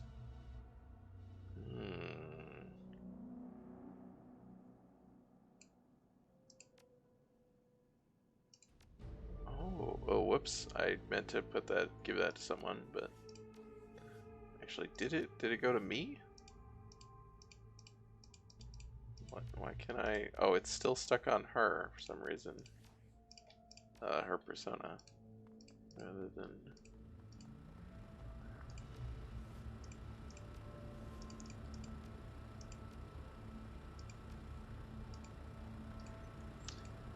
Alright. Well, I don't know what blowing up that generator does. Guard's brow furrows as you approach. He looks giddy, or maybe antsy, as he flexes the hand close to the handgun. Halt! This area's off limits. Only select personnel are allowed in here. You have identification? Front desk sent me here for new employee orientation. At your words, he seems to relax. He glances at your passes hardly long enough to read anything and turns his gaze to you. Whew! Welcome aboard. Pretty you myself. Just finished up orientation a month ago. Go on ahead. Good luck. I can hardly tell. See you around.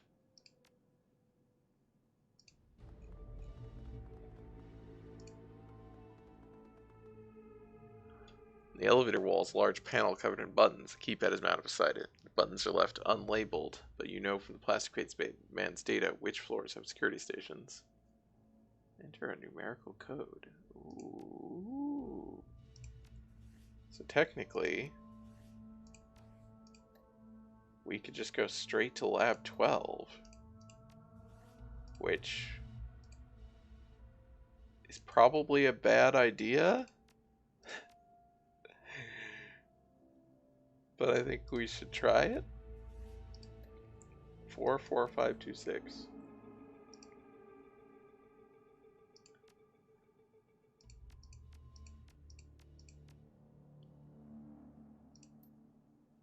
On the elevators, a large. Oh, I don't know what the second code is.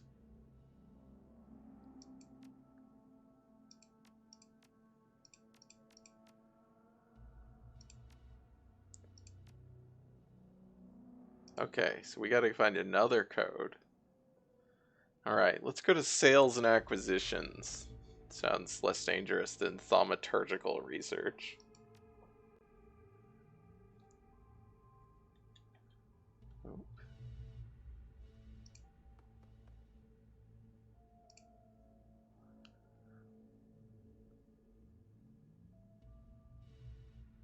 Timid woman looks at you from her station. Excuse me, ma'am. Saying employees on this floor may only be seen through on a pre-approved appointment. Not even maintenance is exempt. Do you have an appointment? This will only take a second. Just need to tweak some air units. They get fixed on your rock. It'll look good on your record. Then I can get on with the rest of my work orders too. Win for both of us. What do you say? She fiddles with an earring. I don't see why not. Just try to have an appointment ready next time, okay? Texas the air units. You'll need employees to clear the area. I can get security to usher people out if that help. No need to bother anyone. I can work around them. Have a good one. You too, ma'am.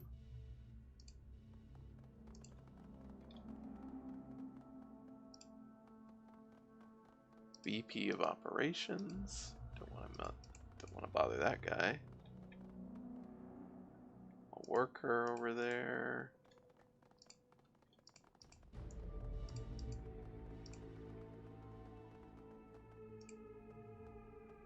Security.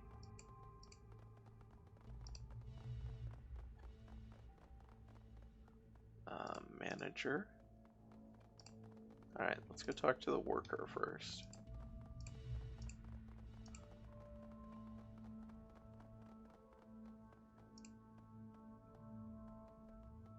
Woman before you looks like one very burnt out suit. What do you want?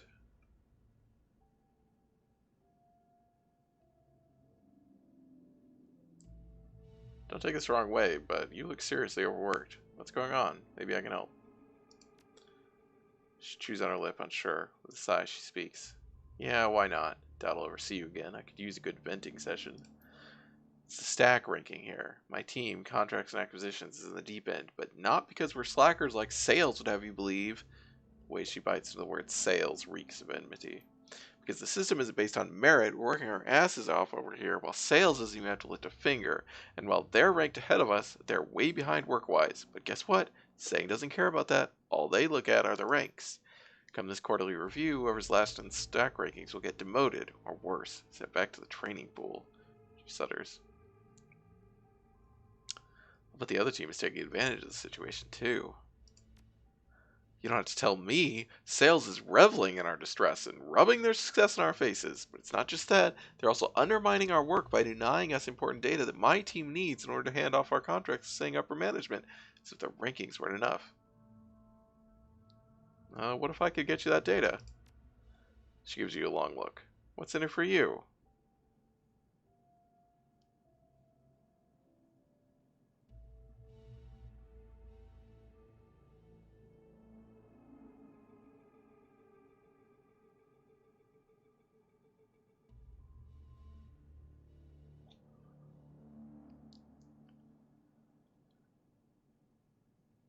I need you to explore a security station. I'm sure we can arrange something. I'm offering to help you tilt the balance between your team and sales. What do you think?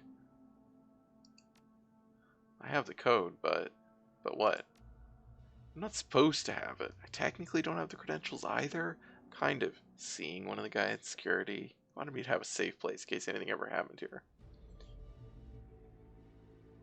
Don't worry, if it comes to it, I'll take the heat. She chews on her lip, nods. Okay, I'll do it. Sales team's data for the station code. That's the deal. Understood. So we need to get some data. Okay.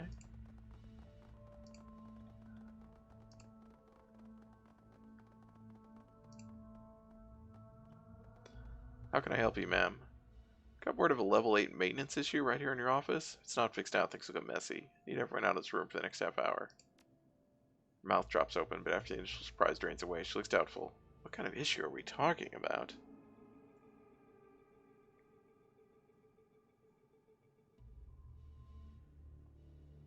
Very serious issue. I know how valuable time is, so this repair job is top priority. I'll be in and out of the time it takes you to grab a soy cough. She straightens up and immediately takes on an air of authority. Our time is valuable, as befits a team of our importance. I appreciate the respect and high priority that we've been given. We'll return shortly, so you'd best be finished by the time we get back. Oh, and don't leave a mess. No problem, I'll have it fixed in a flash. See that you do.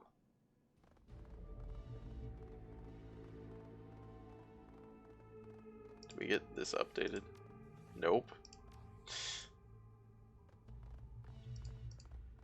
Can we please have the data terminal?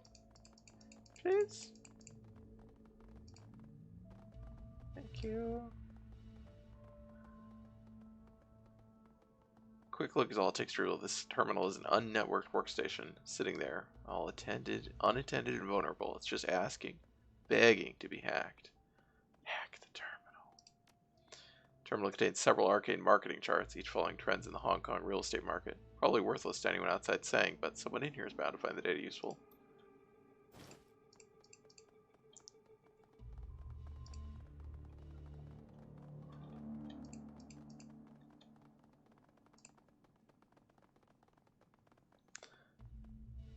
Did you get it? Right here? Yes, perfect, thank you. As promised, here's the code. Stroke of fear seems to freeze her. I'm not going to get any trouble, right? You covered your trail? Don't worry about it.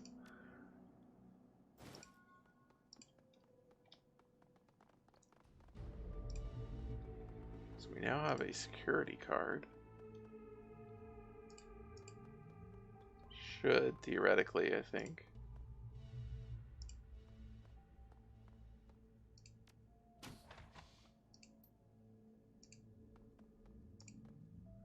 What are you doing here? We didn't call for maintenance.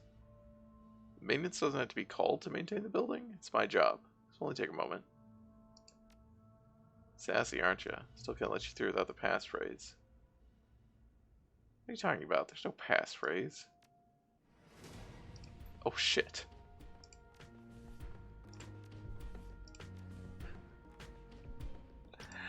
Whoops.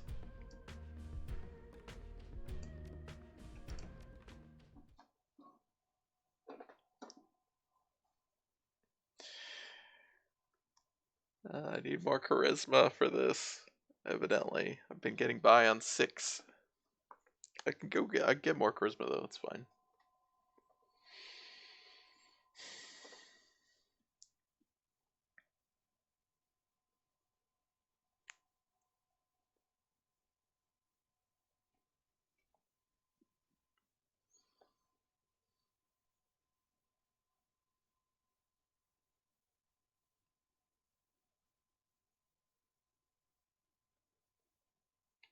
Come on, game. There it goes.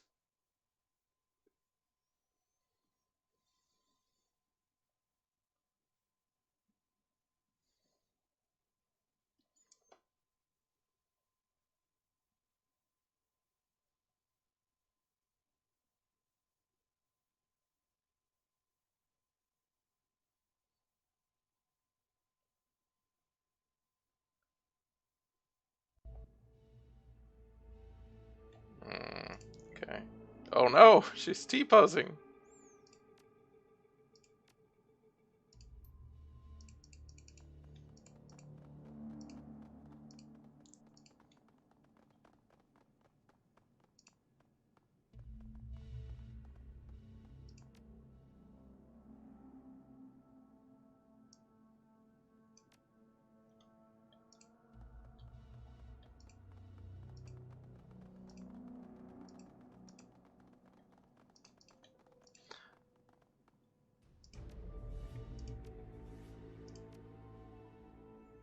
So if we need... Oh, come on. Need 7 charisma. I mean, I might as well get 8. And get, like, academic. Or Shadowrunner.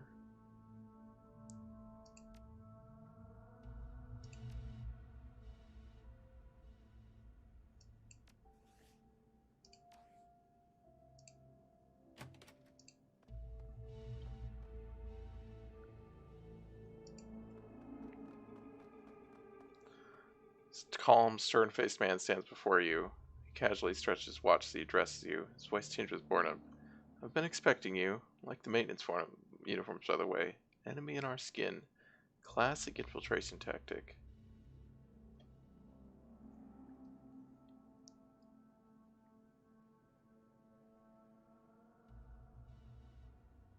And who are you? Think of me as a business partner. Well, I never do business with a corporate dog.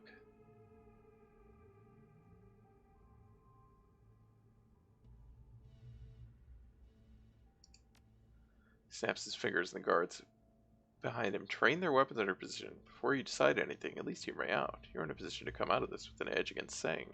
That alone should be enough to pique your interest. Wow, this guy actually... I thought this was like, did we walk in on a fake... he was expecting a security... You know, like they're gonna test the security or something. Alright, speak. Just so happens that you stumbled into the right place at the right time. He keeps his gestures subtle, but he can't hide the cock in his voice. Imagine that doesn't happen often in your line of work. I'm listening. I know you're on the job. This won't take long. Josephine is running this corporation to the ground. Much like the way you're undermining her efforts here today, I too am preparing to make a move against her. And therein lies the beauty of our situation. We're in a position to help each other out. What do you need done? It's simple. I give you access to Sang's core system, and while inside, you retrieve some data for me. Won't that look pretty bad on your access history? Corner of his eyes cease. Kreese has a flat smile stretches across his jaw. Little trio editing, some creative violence on my guard's part. We'll claim you assaulted us and entered the Matrix by force. Your invasion of our direct system will only bolster our strikes against Josephine.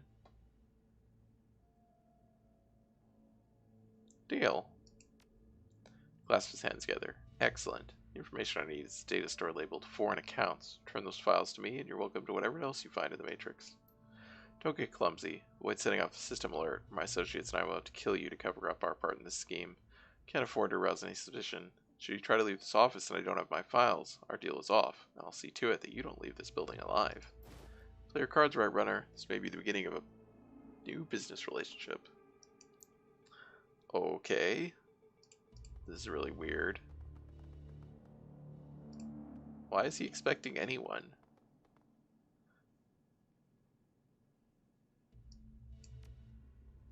Hi, Sophie.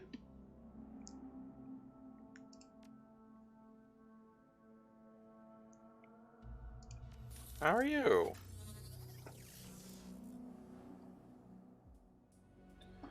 Oh, this is here.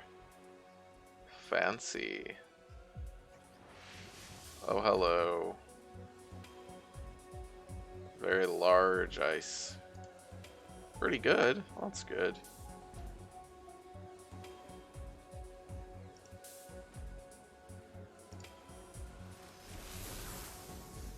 Okay.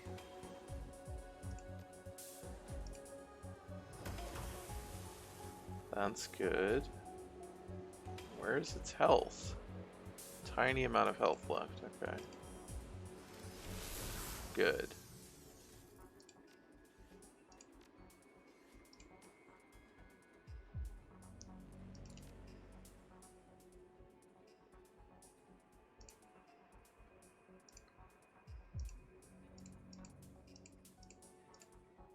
Okay. Oh my, there's a lot here.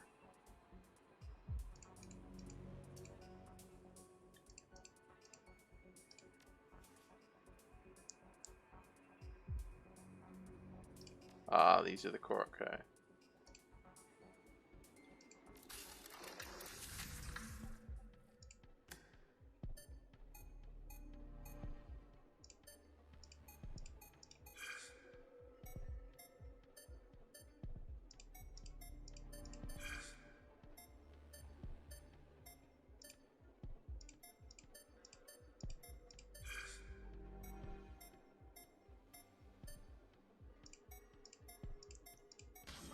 Fuck.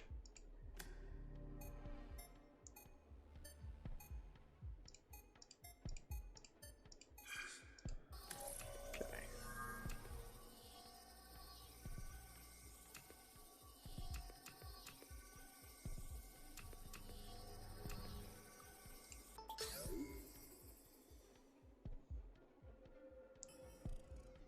Let's get this.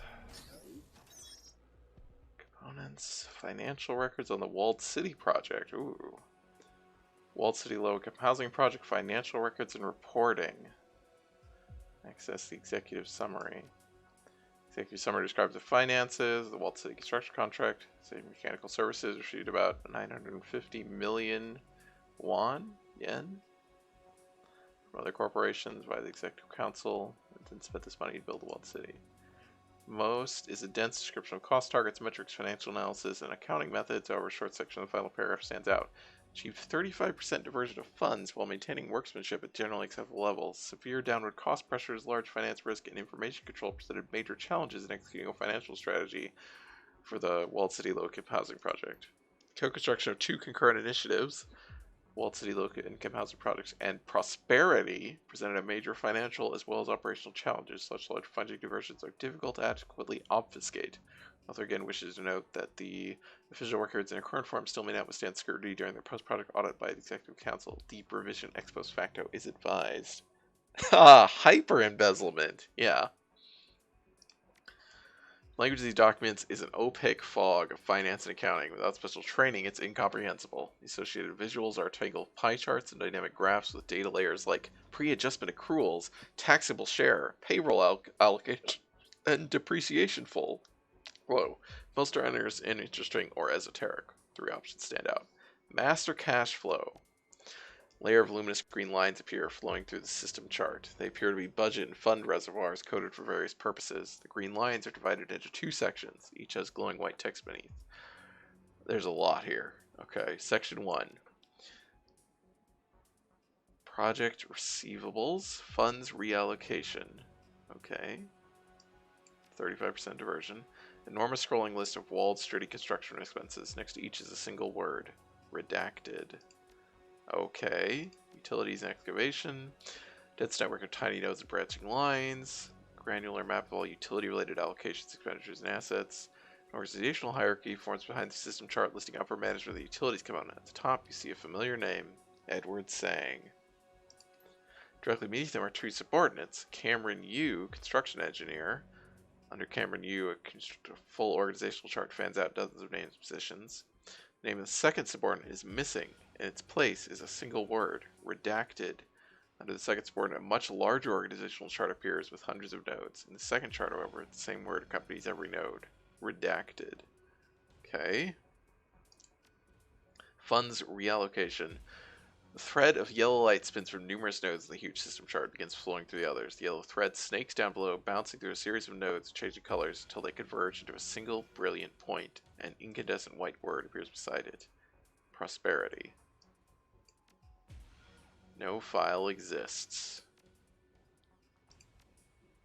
Download the file.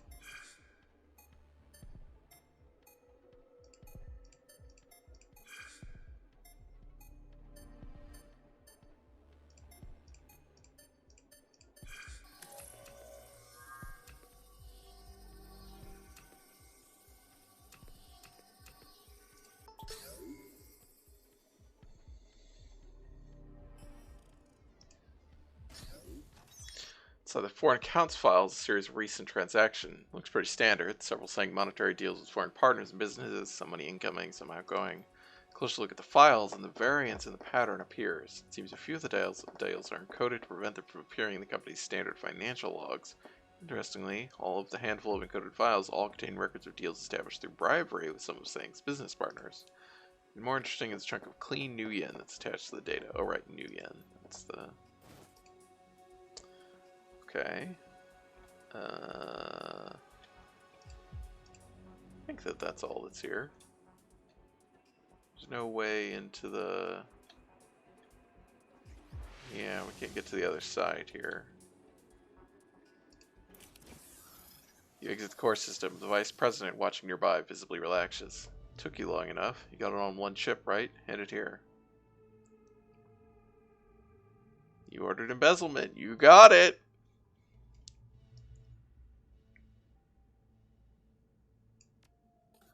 Nabs the chip from your outstretched hand. Very good. You came through as promised. A wise choice. I may have need of reliable people such as yourself in the future. Well, if the job pays enough, I'll consider it. Bye. Drive-by embezzlement.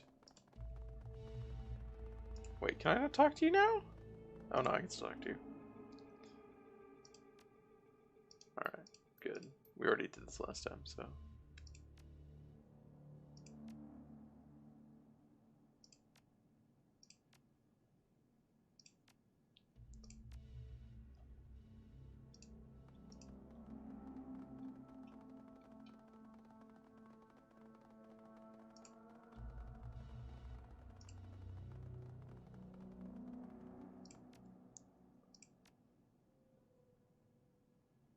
Bolivian creeping mold. Building's been struggling with it since 51. It's toxic if you inhaled spores, and you've got it in your air ducts. I heard about that one on the Trid.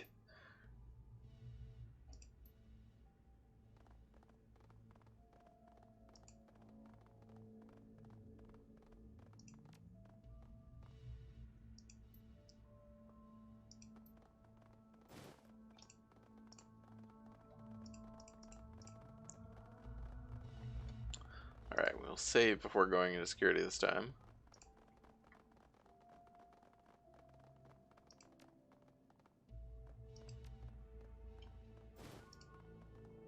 Even though it should be fine.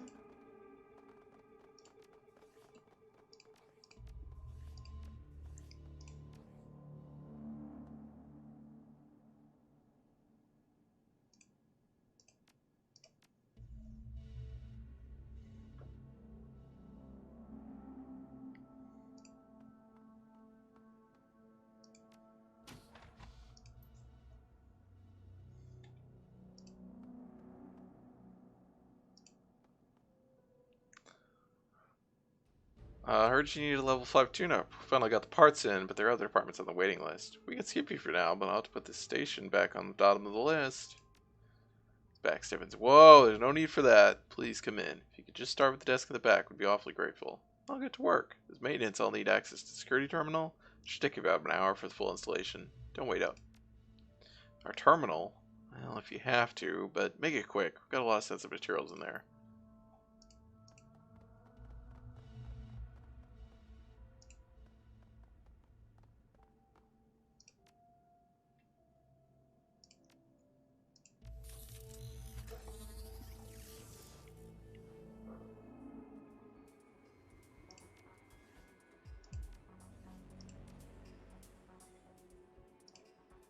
Ah, charisma.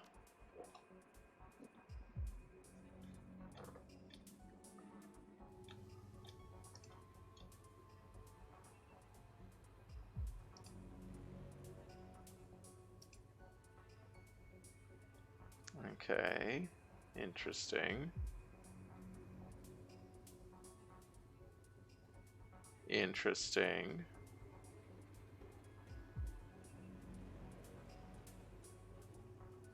No, you can't go into there. Can't go into there. Oh, I see.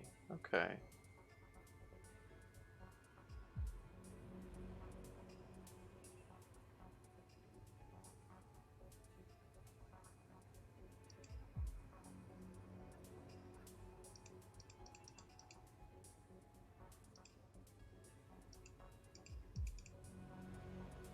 Fuck. I think this is actually a VR mission from Metal Gear Solid 2. That would probably be preferable, to be honest. I really don't like these.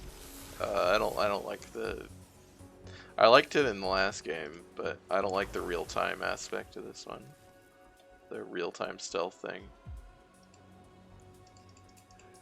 All right, we're fine though. That wasn't so bad. I'll have to get back, but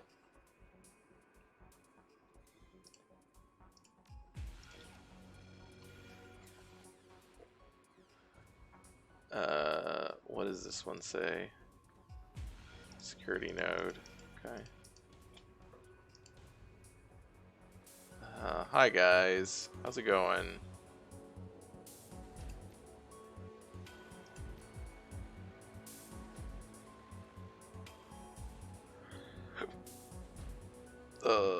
That's bad.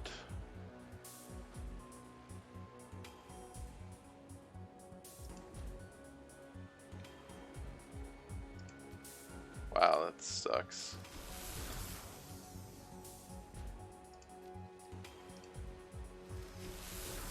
Okay. That's good. Please don't catch me? Okay.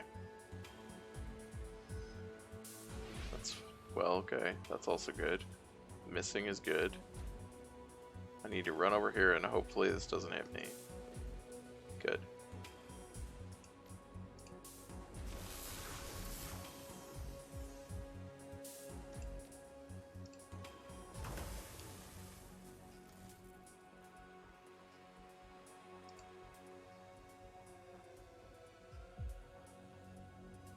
Yeah, that should be fine.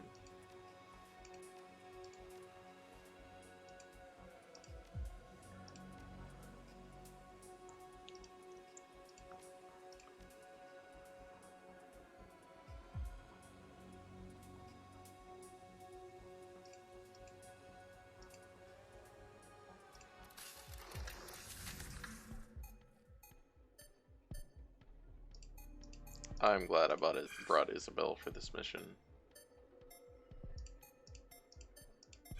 My wimpy hacking would probably not be very good here.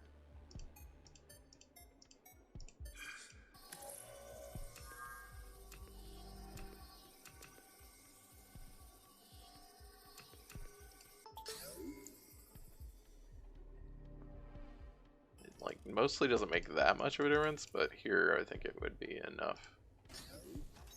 Captain of the station has pre-approved a limited release of Laboratory 12's elevator code to Omega personnel. Proceed this message to prove your authorization.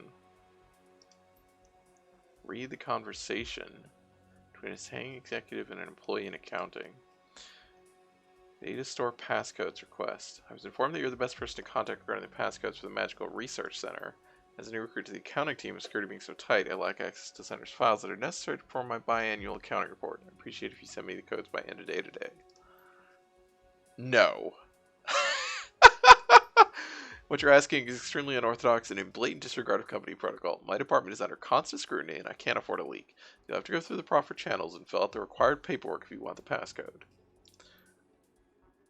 Allow me to rephrase my earlier request. You send me the passcode and I'll review the Magical Research Center's finances. I heard that your lab's been hemorrhaging funds this last quarter. Perhaps I could massage those numbers to make the lab appear more monetarily efficient. Attached to the passcodes for my department's car system terminal. You'll access the system only under my direct supervision. Okay. So we got another access code, right? We did. And we also got special projects passcodes, which is good.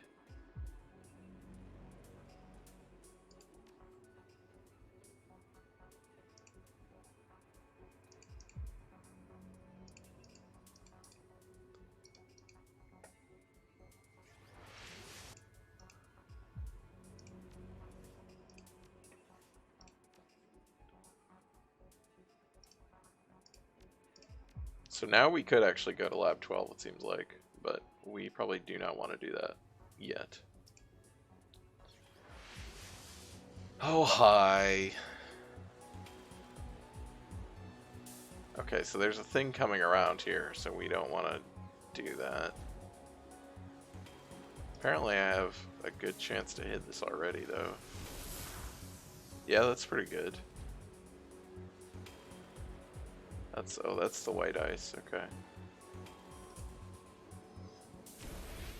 Okay. I mean, that's helpful. Wait, what? Oh, hi. Great.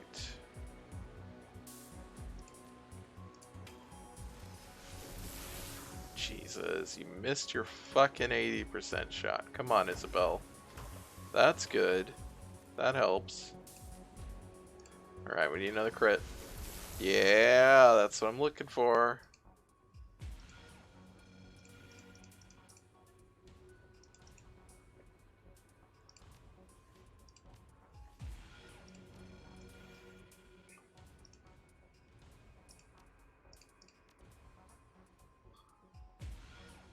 She hasn't missed very many 80%, so it's fine.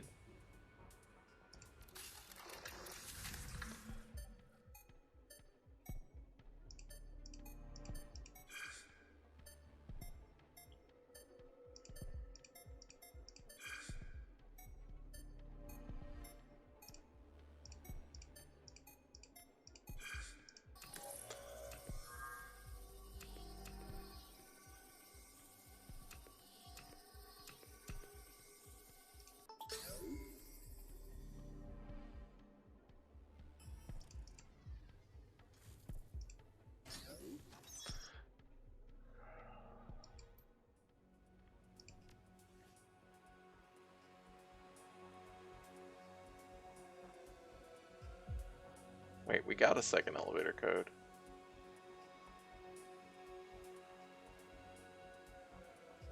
We have both elevator codes. I don't know why the objective is not considered completed.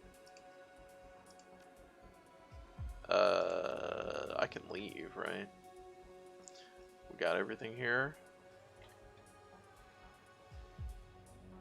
This was here. That's where we came in. This went over there. Yeah. Okay. Yeah, we have done everything on this floor. So all that remains is to go to the next floor. So yeah, we could go... I think we could go to floor 12, or lab 12 now, but let's go to thaumaturgical research instead. Oh, hi guards. Whoa, slow down there. This is a restricted area. I'll need to see your ID.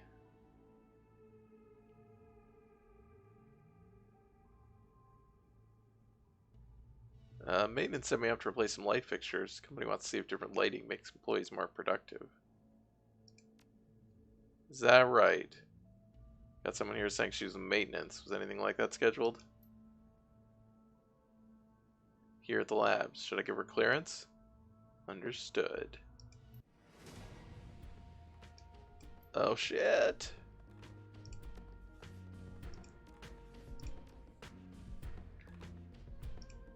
I knew I should have gone with the charisma option.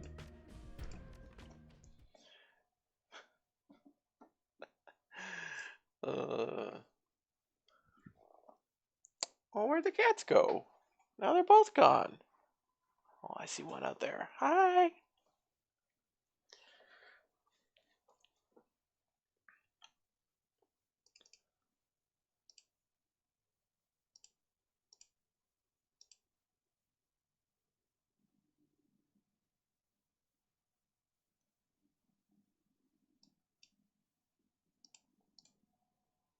They already changed the lights to increase productivity. Evidently.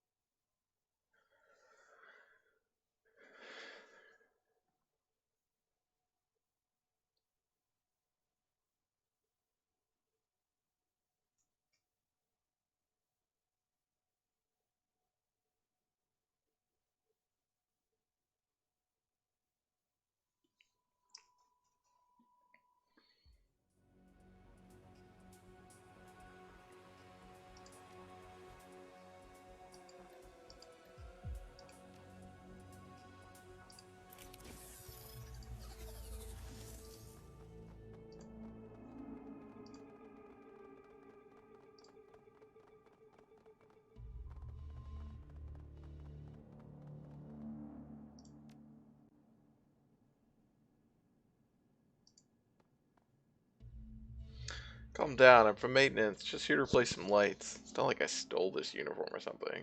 Now, if you don't mind... So it's starting to turn into a bear's chuckle. Yeah, you're right. Between you and me, some of security be a little overkill around here. Anyway, I won't hold you up. Good luck. Oh, you just gotta be charming.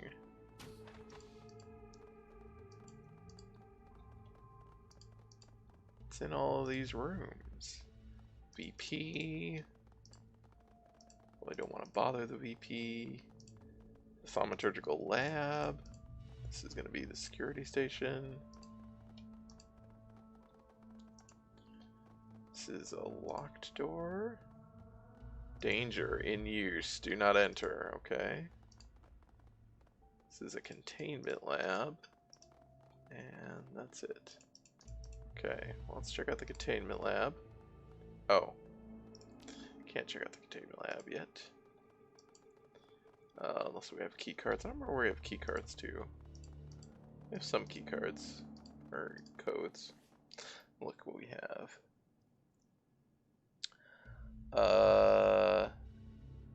I guess we just have these special projects passcodes.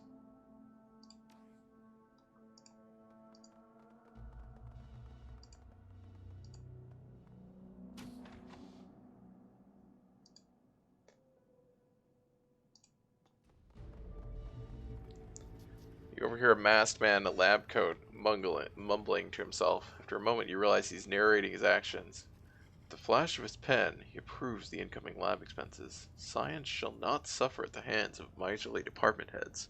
No, not on his watch. Such fiery acumen, such daring. He runs a hand through his luscious locks of stubble. The women swoon. The men swoon. He is metahumanity's last hope. You've got to be kidding me. His shoulders stiffen in surprise. He makes a small sound and looks at you. You can't tell if he's angry or embarrassed. Oh wait, that's actually not him narrating. That's actual description. Hello, hello, hello. Yes, how long have you been there? Actually, never mind. You're here to fix something? Just found out we've got a budget To make some upgrades, so I'm checking to see if your station needs any modifications or equipment installations. Look, I do very delicate, complicated work here. The last thing I need is a bunch of bumbling maintenance schlubs jeopardizing my work.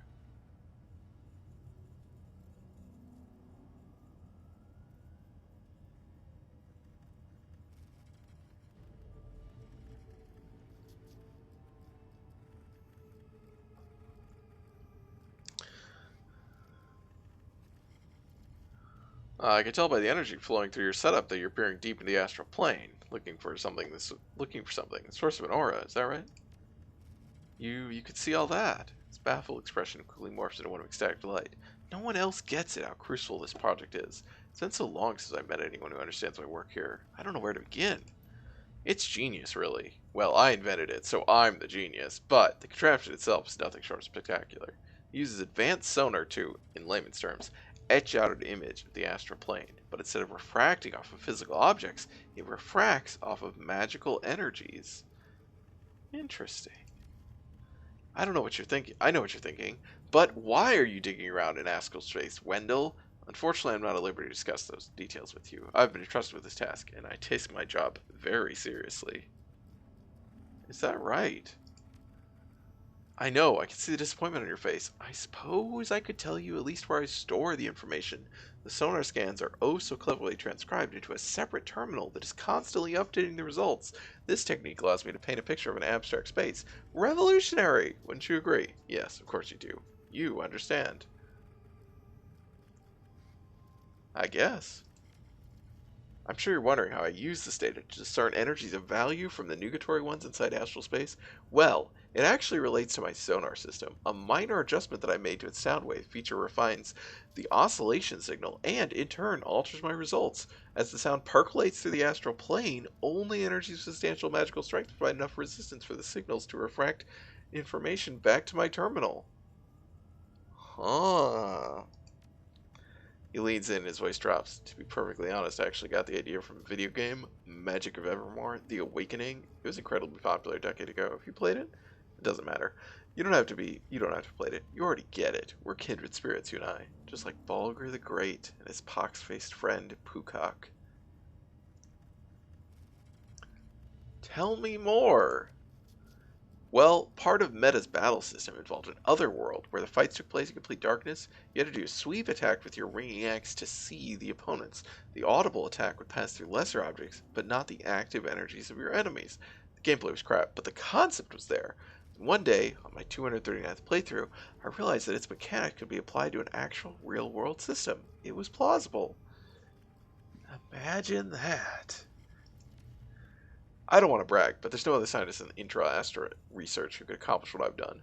Built from the ground up, myself. I named the sonar system Balls, Bridged Astral to Lido Document Sonar, after Meta's hero, Balgar. He smiles widely, looking thoroughly pleased with himself. This guy for something. I hate him. You must be very proud. I feel like I can talk to you about anything. You know, I really had that growing up. Everyone was so impatient with me. I can't imagine why. Obviously, I was a child prodigy. I never outgrew my genius. But that didn't seem to make a difference to my parents, classmates, or teachers. No one wanted to talk to me. When I finally got to university, the frat boys were so intensely jealous of my success that they used to bully me. One in particular harassed me mercilessly with names like Wendell and Vomit Voice. Tear glistens the corner of his eye. He turns his head to the side and shouts into his shoulder, "Damn you, Chad Bronson." You know, I started wearing this mask soon after I graduated, which I did early, I'm sure you could have guessed. Some people will think I'm sick and be friendlier. So people will think I'm sick and be friendlier, but even if they start out friendly, the second I open my mouth, they shrink away. I know it's my intellect. It intimidates people. I just wish they could see past that. See me. Like you do. Yeah. You know, someone with your sharp judgment could easily rise to the ranks here, especially with my recommendation in your files. Well, that's so generous of you. Give it some thought. Cautiously glances over his shoulder. I really shouldn't be doing this, but I like you. So if you promise me that you won't tell anyone, I'll give you the code to our containment chamber. We hit the astral jackpot in there. It'll blow your mind. But I'd seriously be breaking company ordinance, so... I promise, Wendell. Nods excitedly, mask bobbing up and down. Just don't let anyone see you enter, alright? See? It was worth it.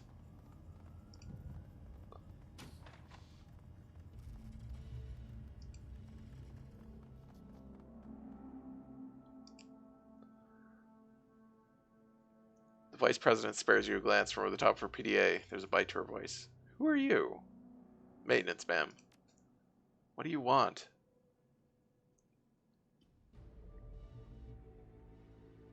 Checking the stability of electrical ports throughout the building. You mind if I have a look? Everything's fine. Now get out before I call security. Sorry, I'll let you get back to work.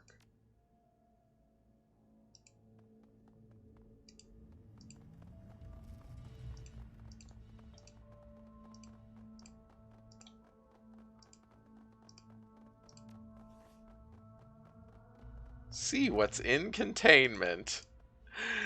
Oh boy. Alright, let's see what's in containment.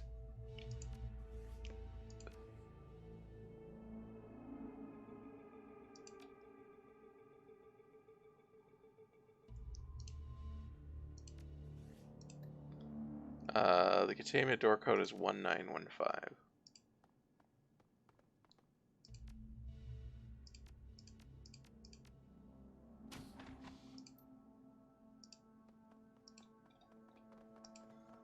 It's just a computer.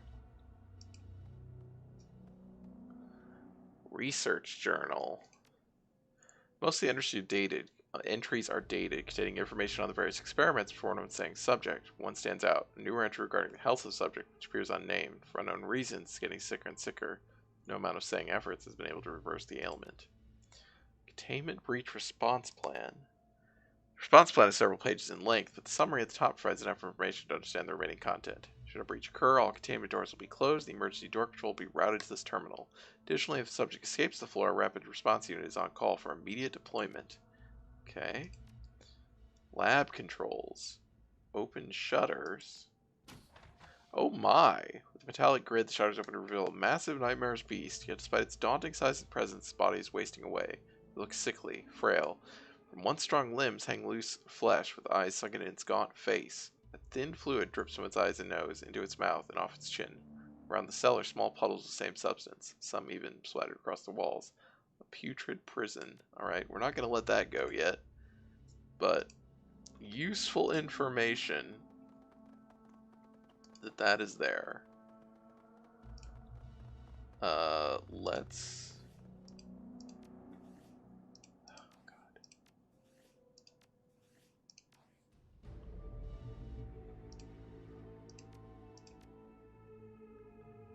Try to go into security. See if we can still get past security here. Oh, it's been upgraded with a keycard scanner. And we don't have a keycard. Okay. So we need to get security killed. I'm gonna try to go... I'm guessing I can't take her stuff. Wow.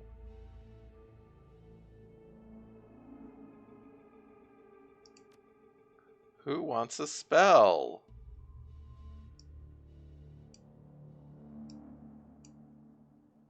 God, required spellcasting 6. Target is damaged by the spell. Caster gains 6 HP per round. Okay.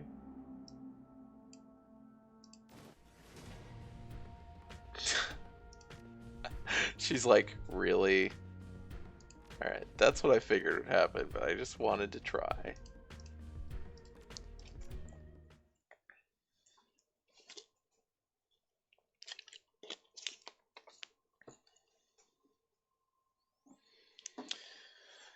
Okay, so our way into security on this level is our only way to unleash containment.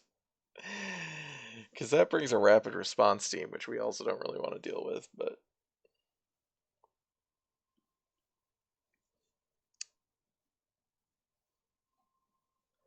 Hopefully the rapid response team will just be dealing with the beast.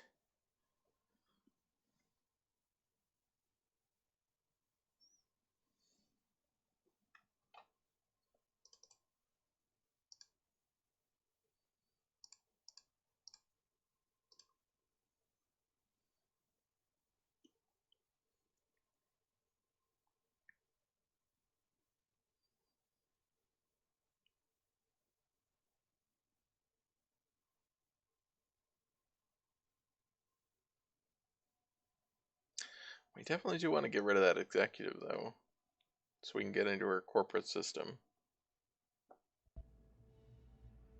Because do we have dirt on? We do have evidence.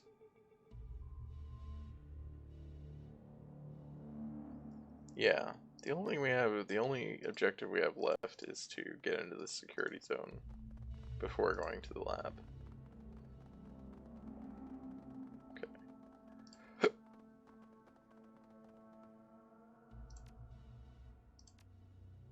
Warning. Unsealing the holding chamber will allow detained subject to pass through the containment barrier.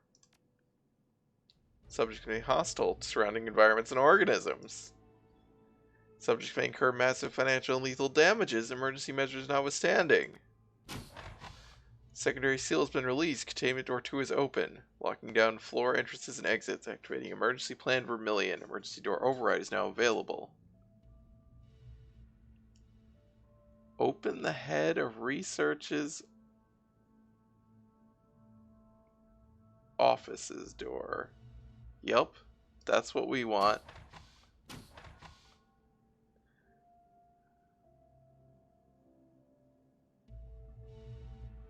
Bye. I'm sorry. You were rude.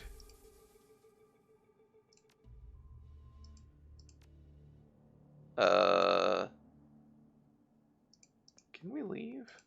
Okay, there we go. Did security?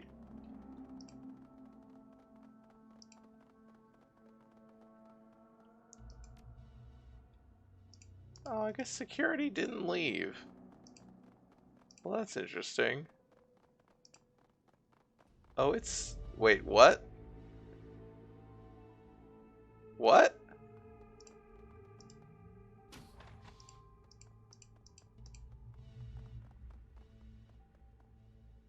What?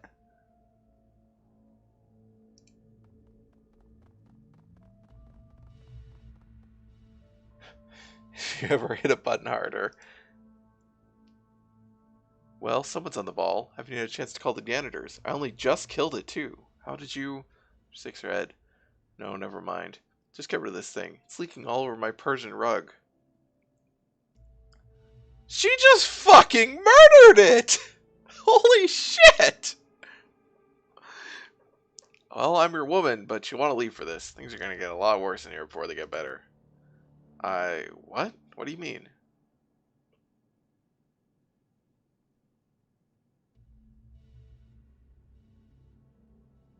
No way I can get this thing through the doorway, so some dismemberment will be required.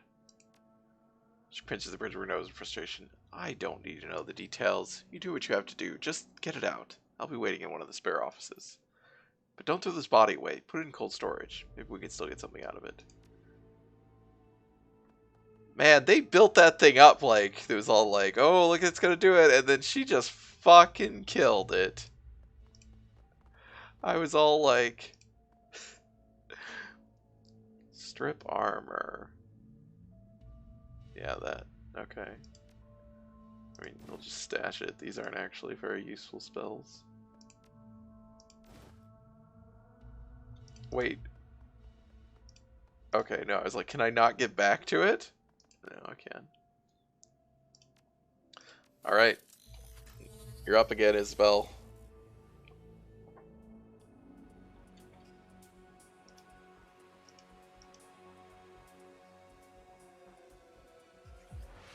So I figured...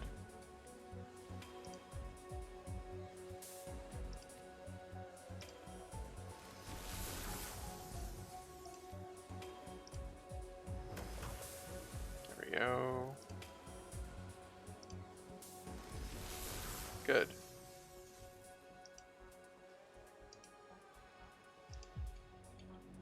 Okay. Special Communications Project Archive. Okay.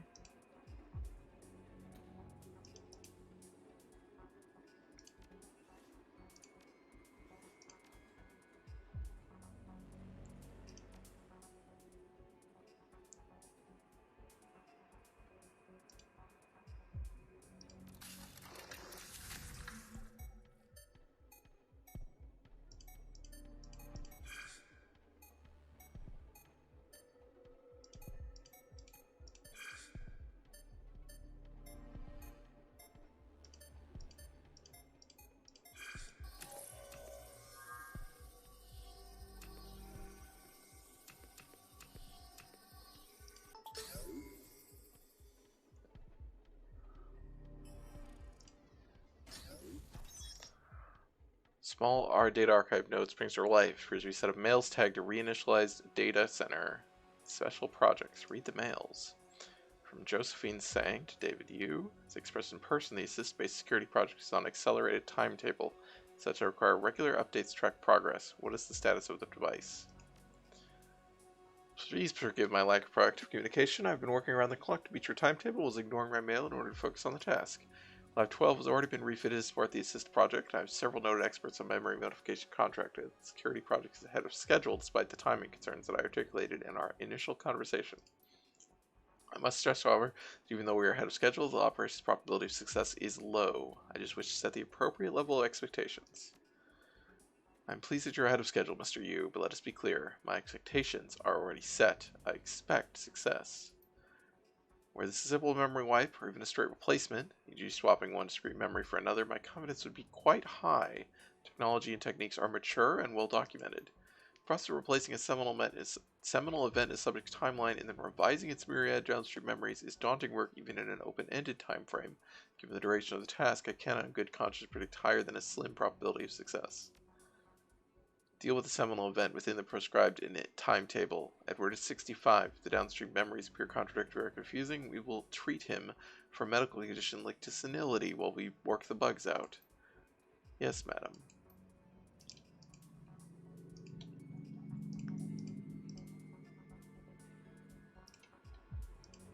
Core system, assist machine operations data. Well, yeah, we definitely need that.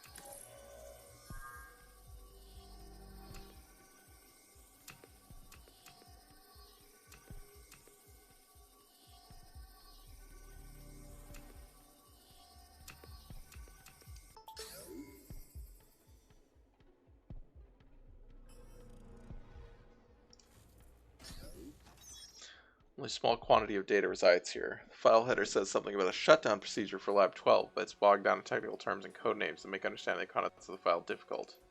One data block clearly contains a few passphrases. Okay. We got blocker ice passwords for the assist. Okay. Dawn, dusk, night, and noon. Okay. Well, that seems useful.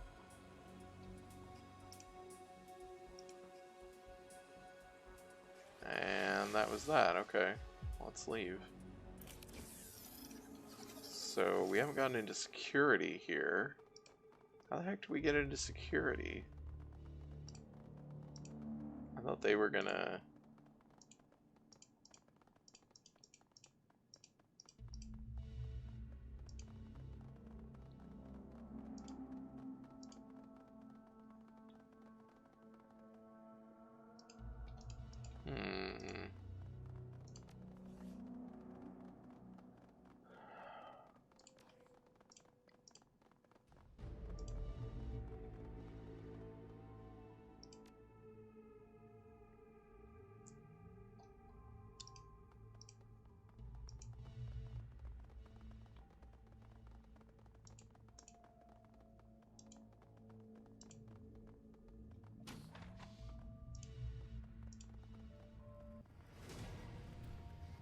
What? Oh. That's hilarious.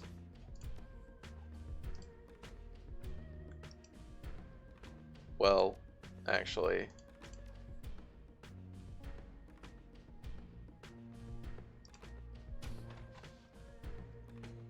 Okay, no, they're actually coming out. Well, I mean... This might be the best thing. Because we need that door open.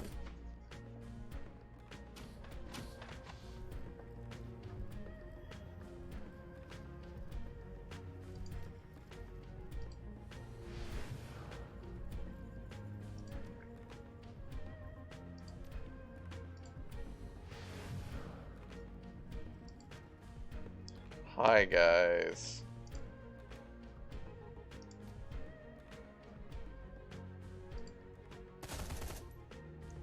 Really?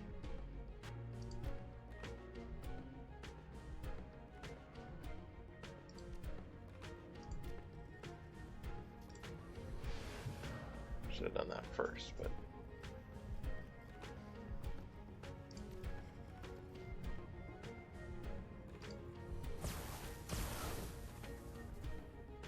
It's fine.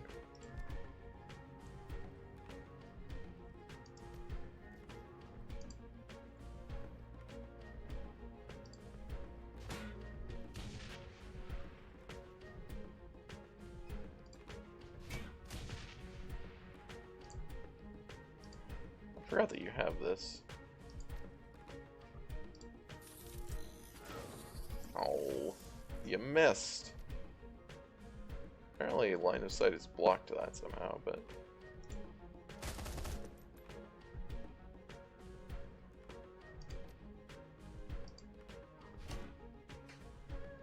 Wow. Guys.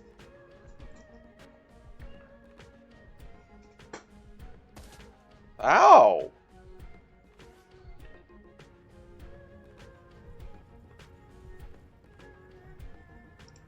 Alright.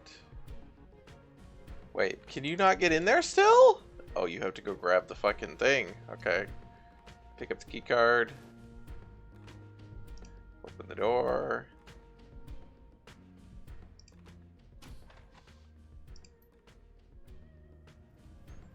This is gonna be a close one. Perhaps.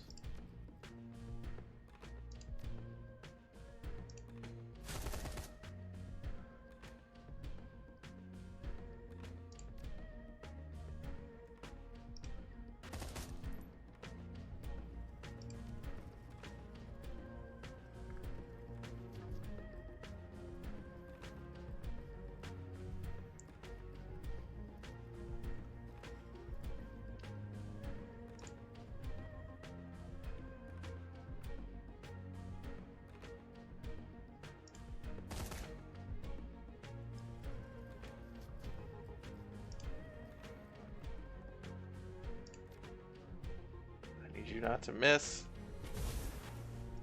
We didn't miss. Oh, hi!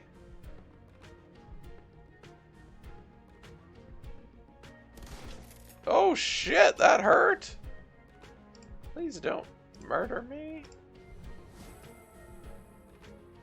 Isabel, you gotta get in here.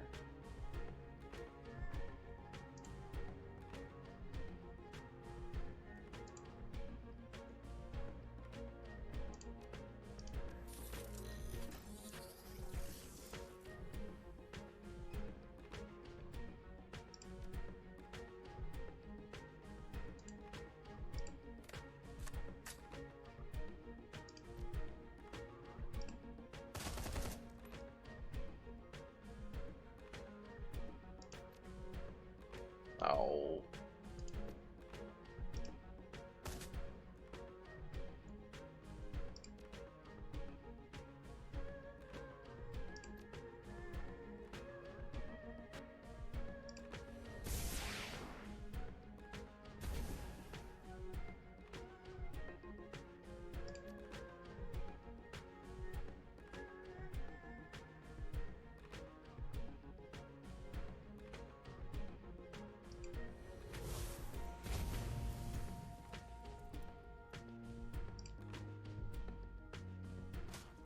Ow.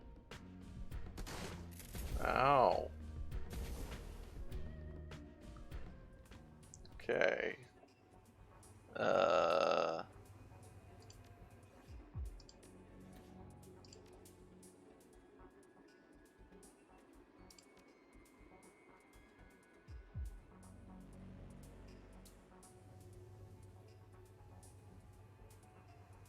Well, this is fucking crazy.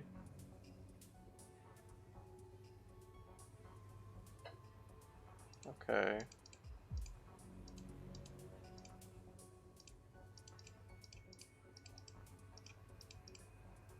Fuck. was like, I thought I had it. I almost did, I think.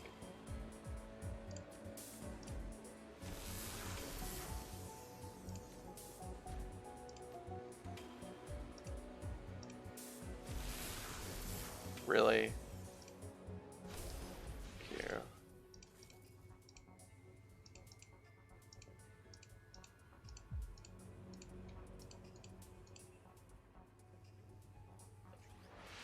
Oh, dear God. I don't think we can get to it.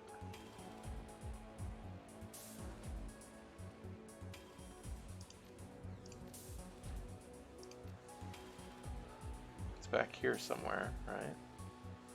Where would it be?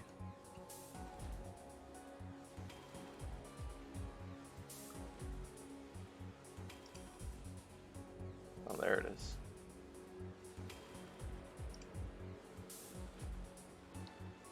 Oh, God.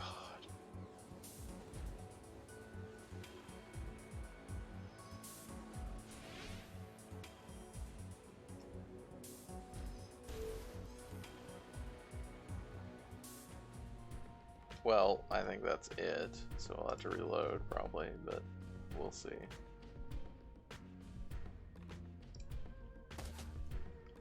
Jesus. Come on, guys.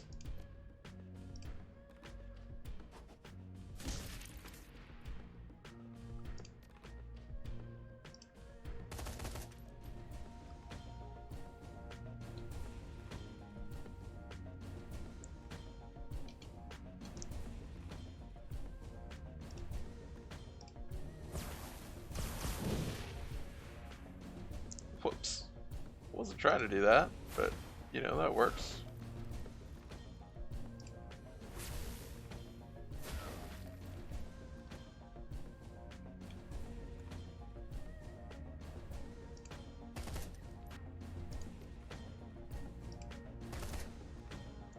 Oh, come on.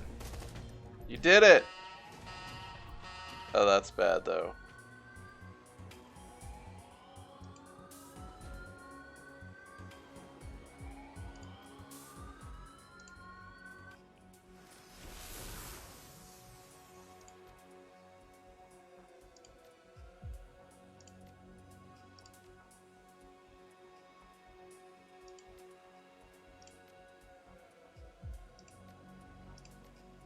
I need to use this. Thank you.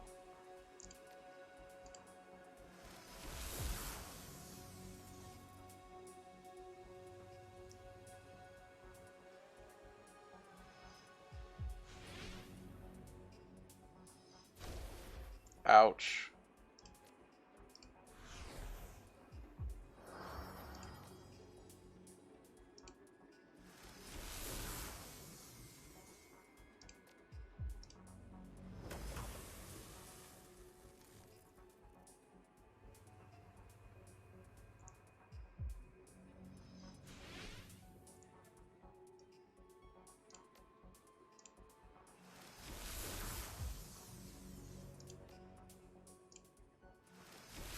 Oh, Jesus, come on.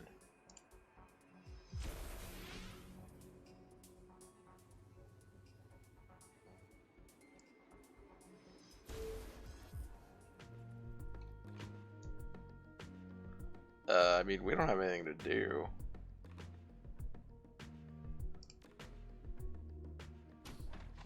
Oh God, there's more of them coming.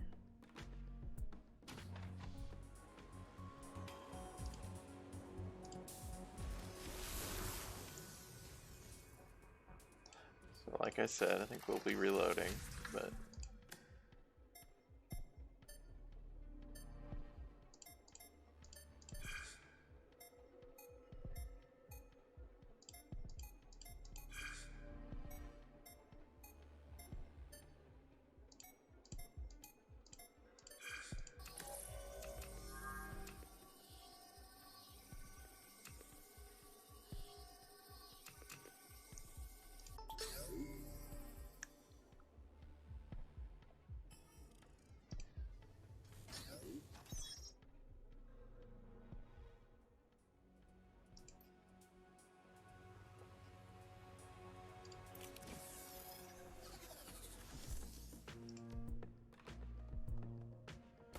Oh god, hi.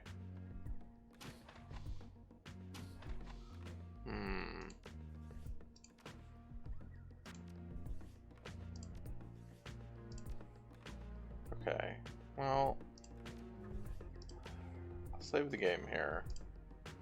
Do a new save. And low reload. We want to go this one.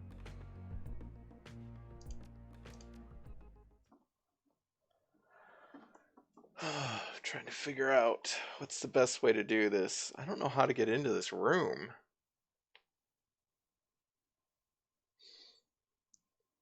And even if you get into it really quick, how do you get...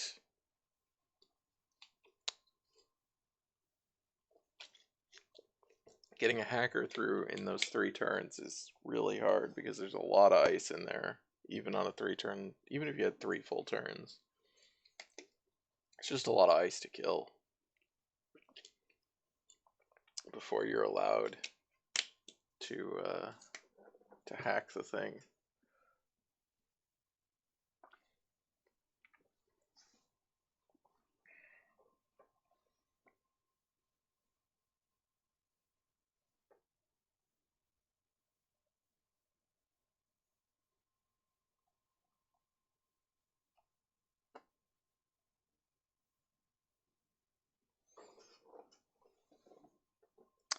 It's just really weird. You can't, like, get them to open up the door or anything. Like,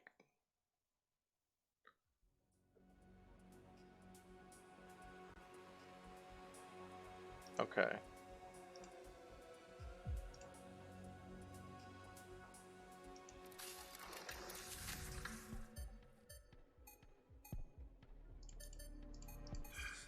You tried knocking.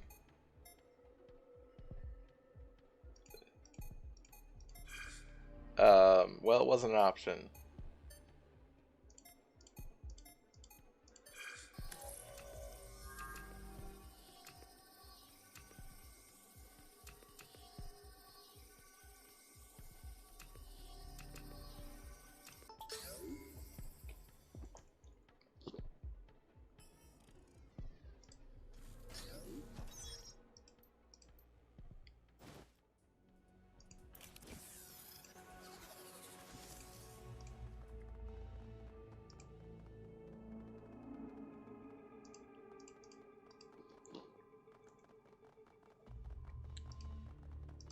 Yeah, was there anything in here?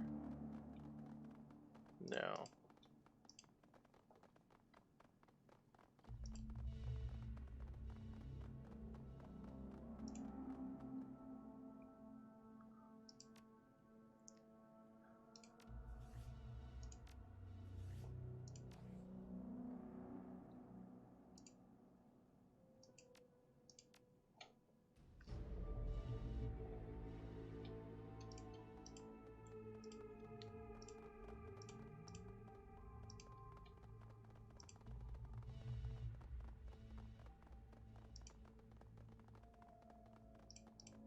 Okay.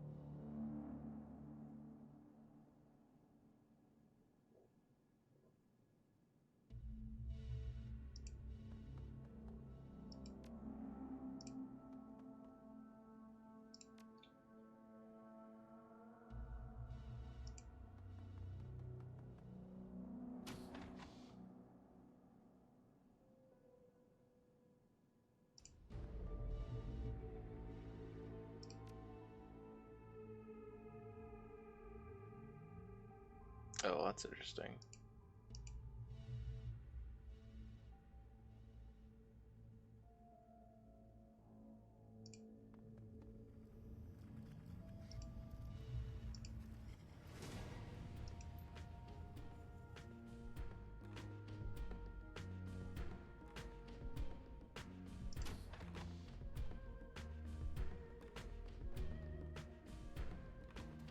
The door doesn't stay open is hilarious.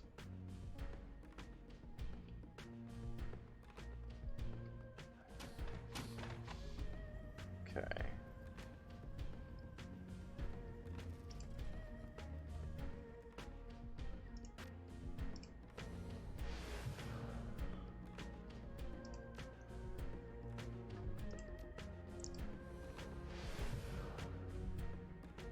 Alright, Duncan. Need to murder these guys.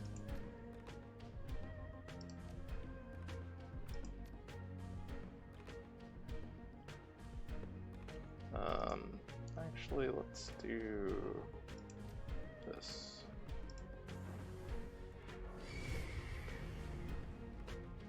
Oh, it only has one?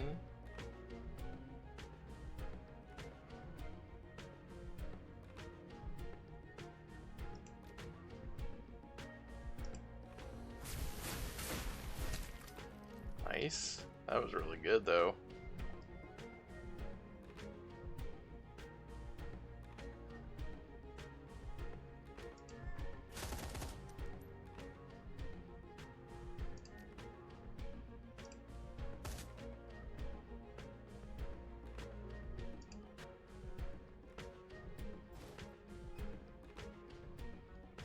What? Okay, that's fine.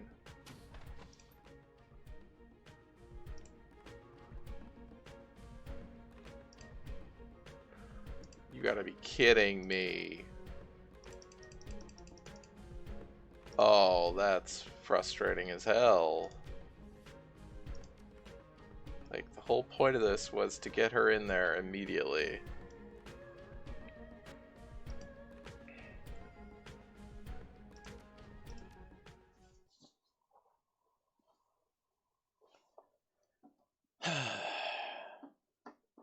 It does seem possible.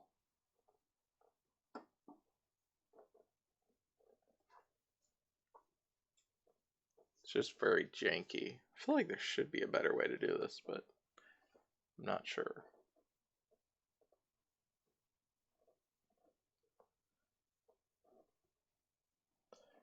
Also have to live after we activate all these guards, because there's quite a few of them. And we're kind of exposing ourselves, but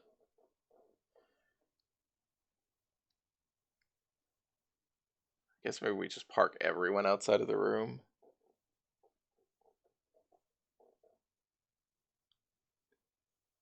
Other than whoever goes in to talk.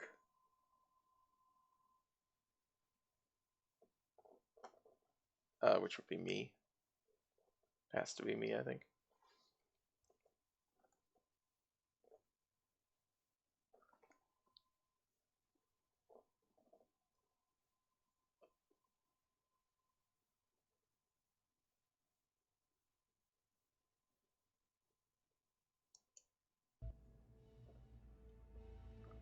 Okay.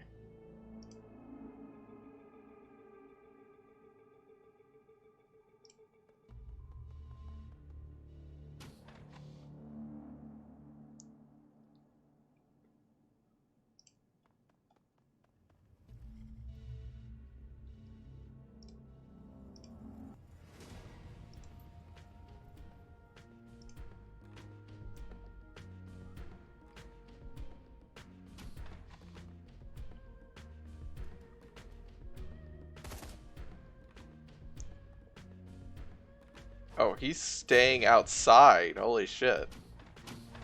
Okay, but the door is closed, but he can... okay. Seems like bullshit to me. But what do I know?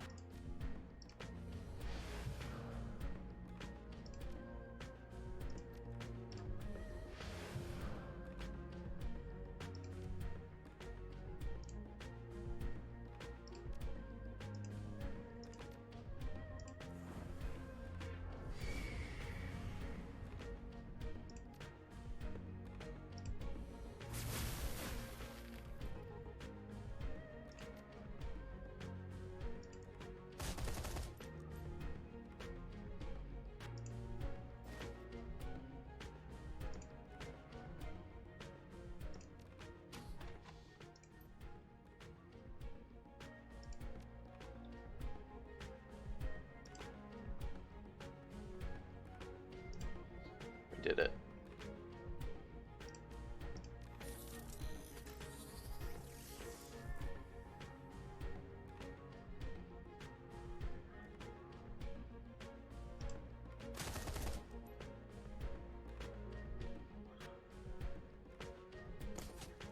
That's fine. That's also fine. I mean... Oh, another grenade.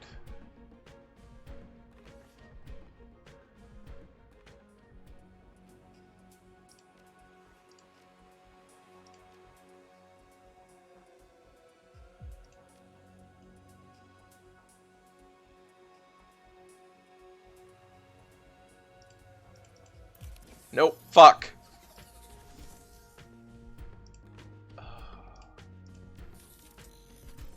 God, okay, nope, we gotta... Fucking hitting the wrong button. That's fun.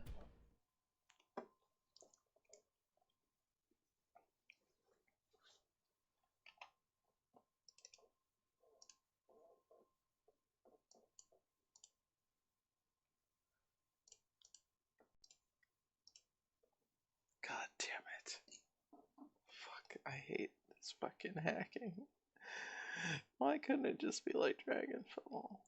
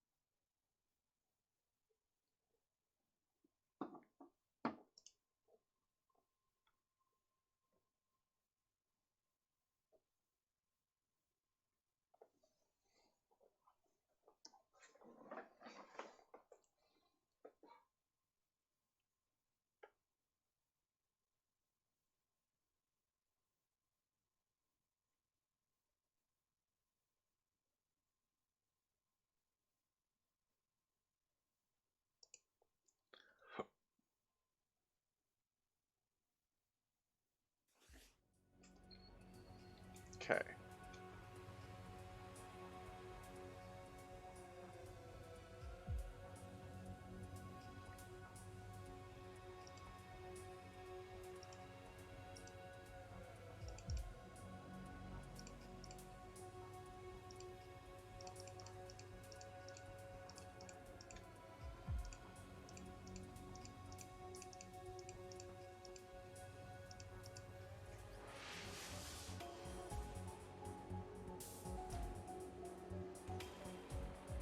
Okay.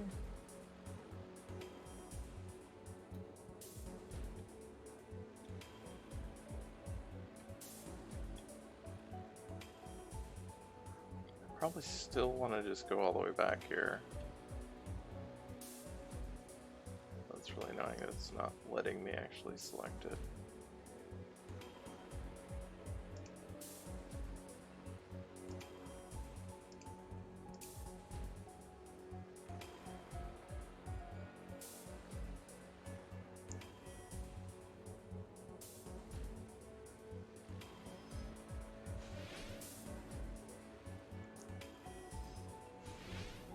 Good. Great.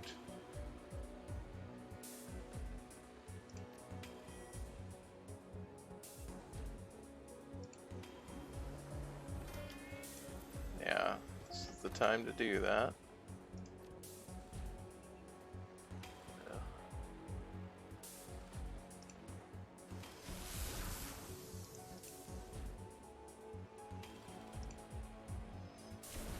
Okay, it's one dead.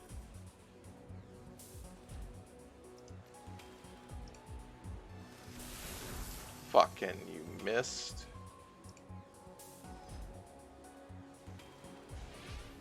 Why are you missing your 75% shots? You dumbass.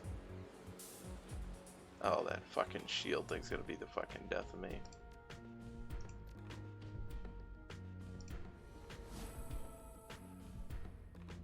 Okay.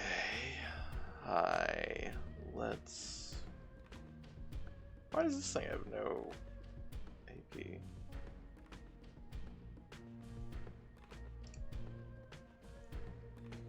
Wait, what? Why do you still only have 64%?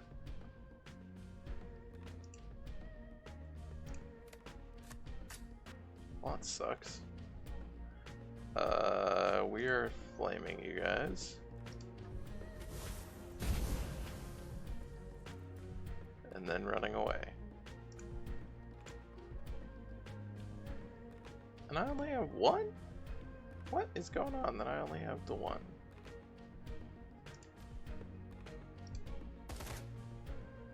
And this thing doesn't have any. I'm very confused.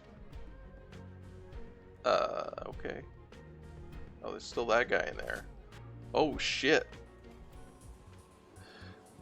Forgot about that.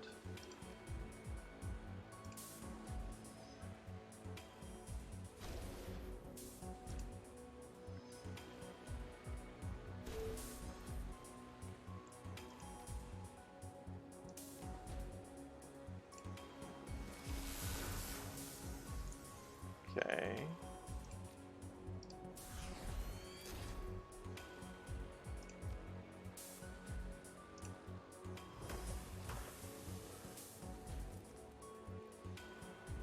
Needs to come over here, please. Oh. Okay. We did it.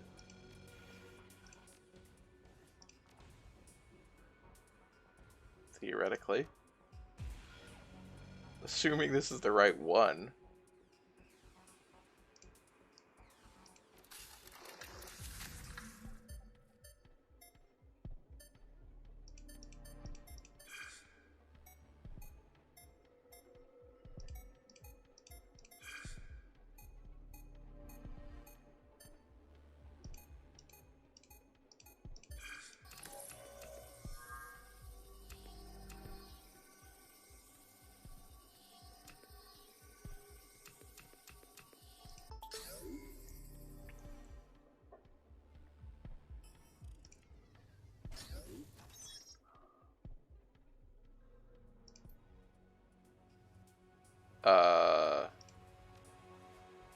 Okay.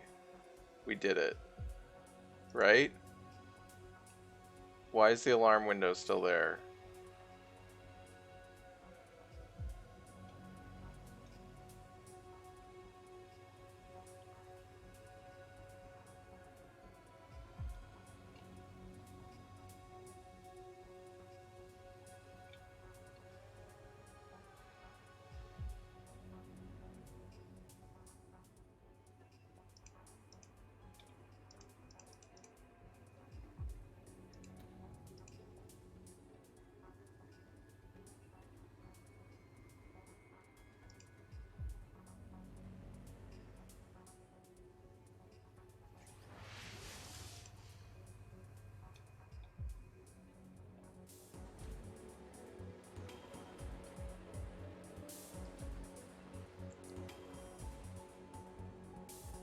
Hi, guys.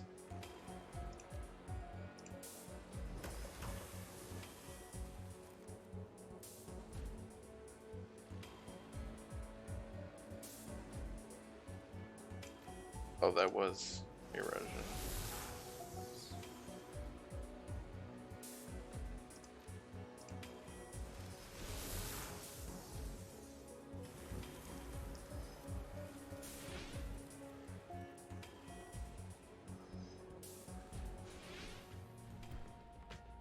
Okay.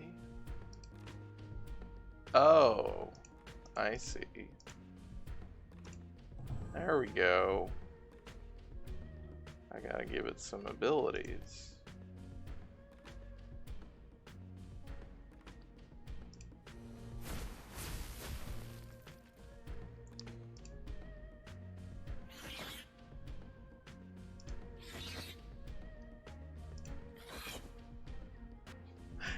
Wow. This thing might suck.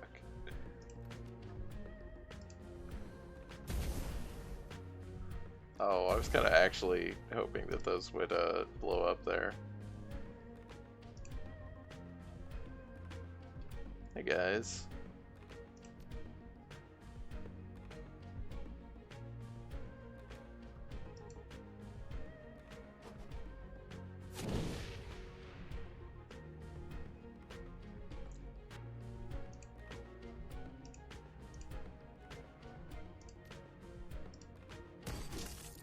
Jesus. Ruthless.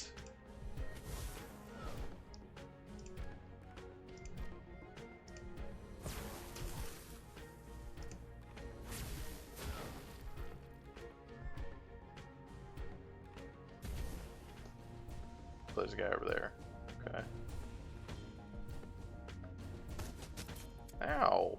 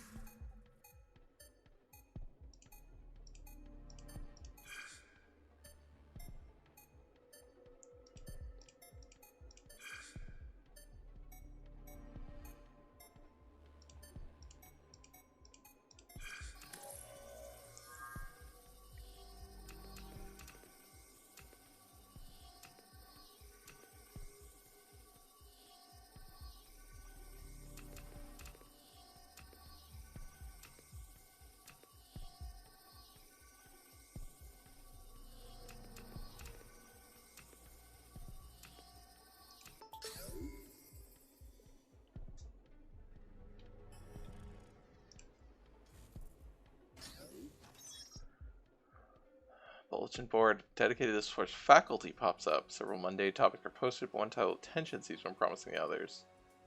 Floors acquired new gear. Security staff have allocated extra gear to assist the containment of our high priority test subject. All gear assigned as force patrols just to remain on this floor. No more lending or borrowing of those station staff. Ensure that you do not change the code to the equipment room, which is now 8974. Ooh. There's an equipment room.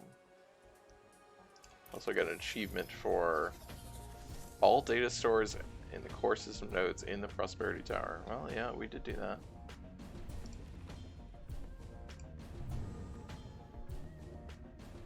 Can you please kill this guy? Okay, I really thought that you would be more capable. There you go, you did it.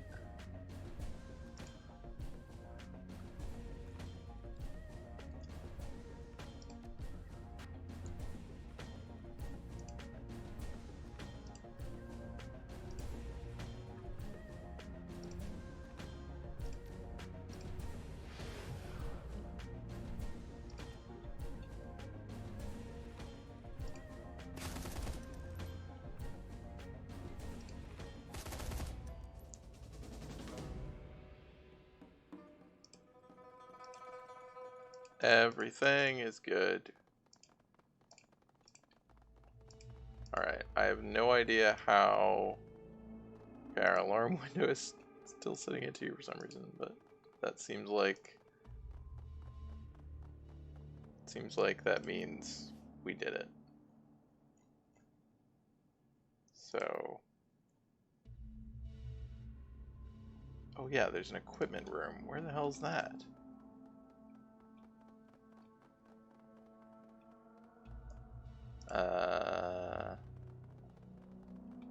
It's not in here. Where's this equipment room supposed to be? Is it supposed to be in here? Oh, it is in here.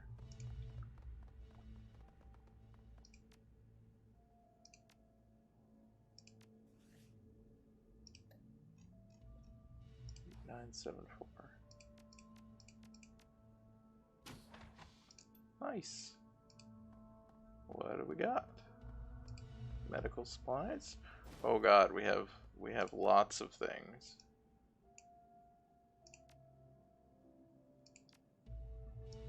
I guess we stash that. Oh fuck, trauma, gold trauma kit. I guess you can have that. Oh my god. Oh, a shotgun. Shotgun with a smart link, which means Duncan can't use it. Also, Duncan's bad with shotguns anyway, so it's not useful. Take it, we'll just stash it. An unusual rifle, though. A Starog? Marks fired ammo with a tracer. Okay. Sure. Grenades. Please. Who wants more grenades? Probably you do. Man. Ooh. Oh, I can't replace any of those? Well, I'd rather have...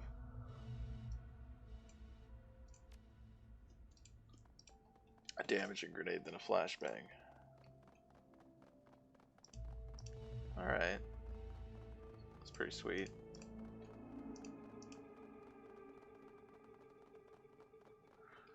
Okay. Let's save the game. And then we'll go down to the elevator and then we'll quit. We'll do the actual lab next time.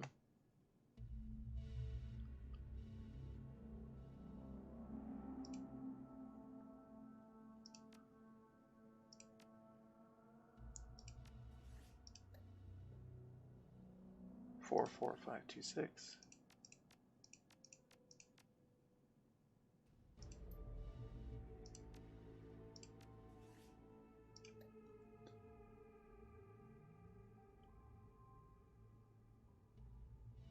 Two, 5, 3, 0, 1.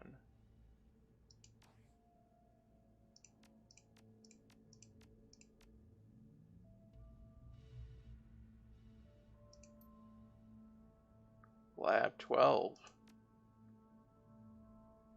Enter special projects or alert the rapid response squad. There will be no turning back. Alright.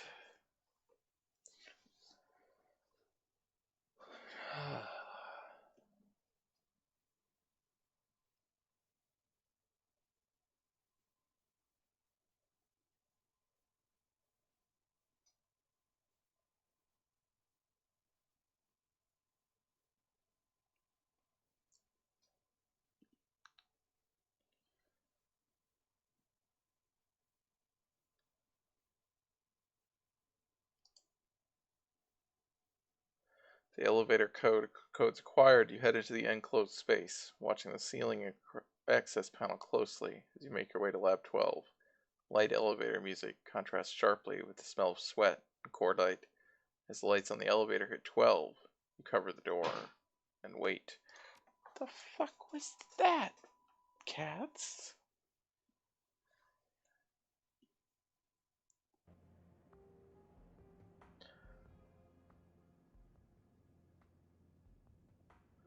Security captain studies his fingernail cuticles with quiet intensity. He looks ready to drone out a standard challenge, but stops when he sees your maintenance uniform. He raises his weapon.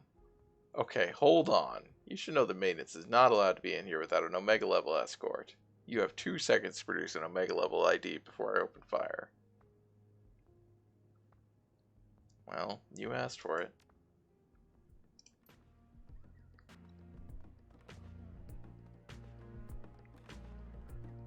Yep, just instantly dudes. Alright.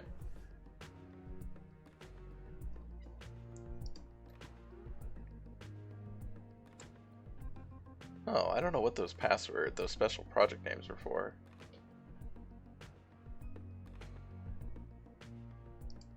But, alright. Oh yeah, forgot that we are not at full hit points, but we're pretty close. Alright, I'm gonna quit and not save, because we'll just go back to the previous one and actually do the dialogue next time again. I was just curious. Yeah, thanks everyone for joining me tonight for Shadowrun Hong Kong. God, I actually don't know if we're gonna finish it next stream. Then I was thinking, oh, will I didn't think we'd just try and finish it this stream. I thought it'd be 2 streams, but I thought, because we have this mission, the Prosperity Tower mission, which we are, I guess, halfway through, maybe. I thought we would finish this because I'm pretty sure there's gonna be another one after that. That is actually the Walled City and the Yama Kings and all that shit is my assumption. So I guess it may actually be a few streams before we finish, and then of course there's the epilogue content afterwards, which is a separate campaign, which I knew was gonna. I mean, I said that we weren't gonna be done with the game. We were just gonna be finishing the main campaign, but it seems like we're not even gonna finish the main campaign in the next stream. So. Anyway, yeah, I should be back next Tuesday to continue this, I guess. We'll just, but not necessarily finish it. I mean, unless it's really short from here, but it seems like we got a ways to go. I didn't realize. But that's not bad, obviously. Still having fun with the game outside of some of those hacking things, and that little bit with security was kind of frustrating of like how to actually do that. I'm not sure what the intended way to do that is. But yeah, so I will not be here tomorrow, probably not be here Thursday, but I should be back on Friday to play Pathologic. I don't remember what day we're on, but it's a good game, guys. This is the rest of the schedule. This is also below the stream. You can follow for notifications when I go live. You can sub free with my cats, who are on for a while tonight. I appreciate everybody who hangs out and chats. It's a lot of fun for me. I hope it's fun for you, and I hope you join me again in the future. Good night.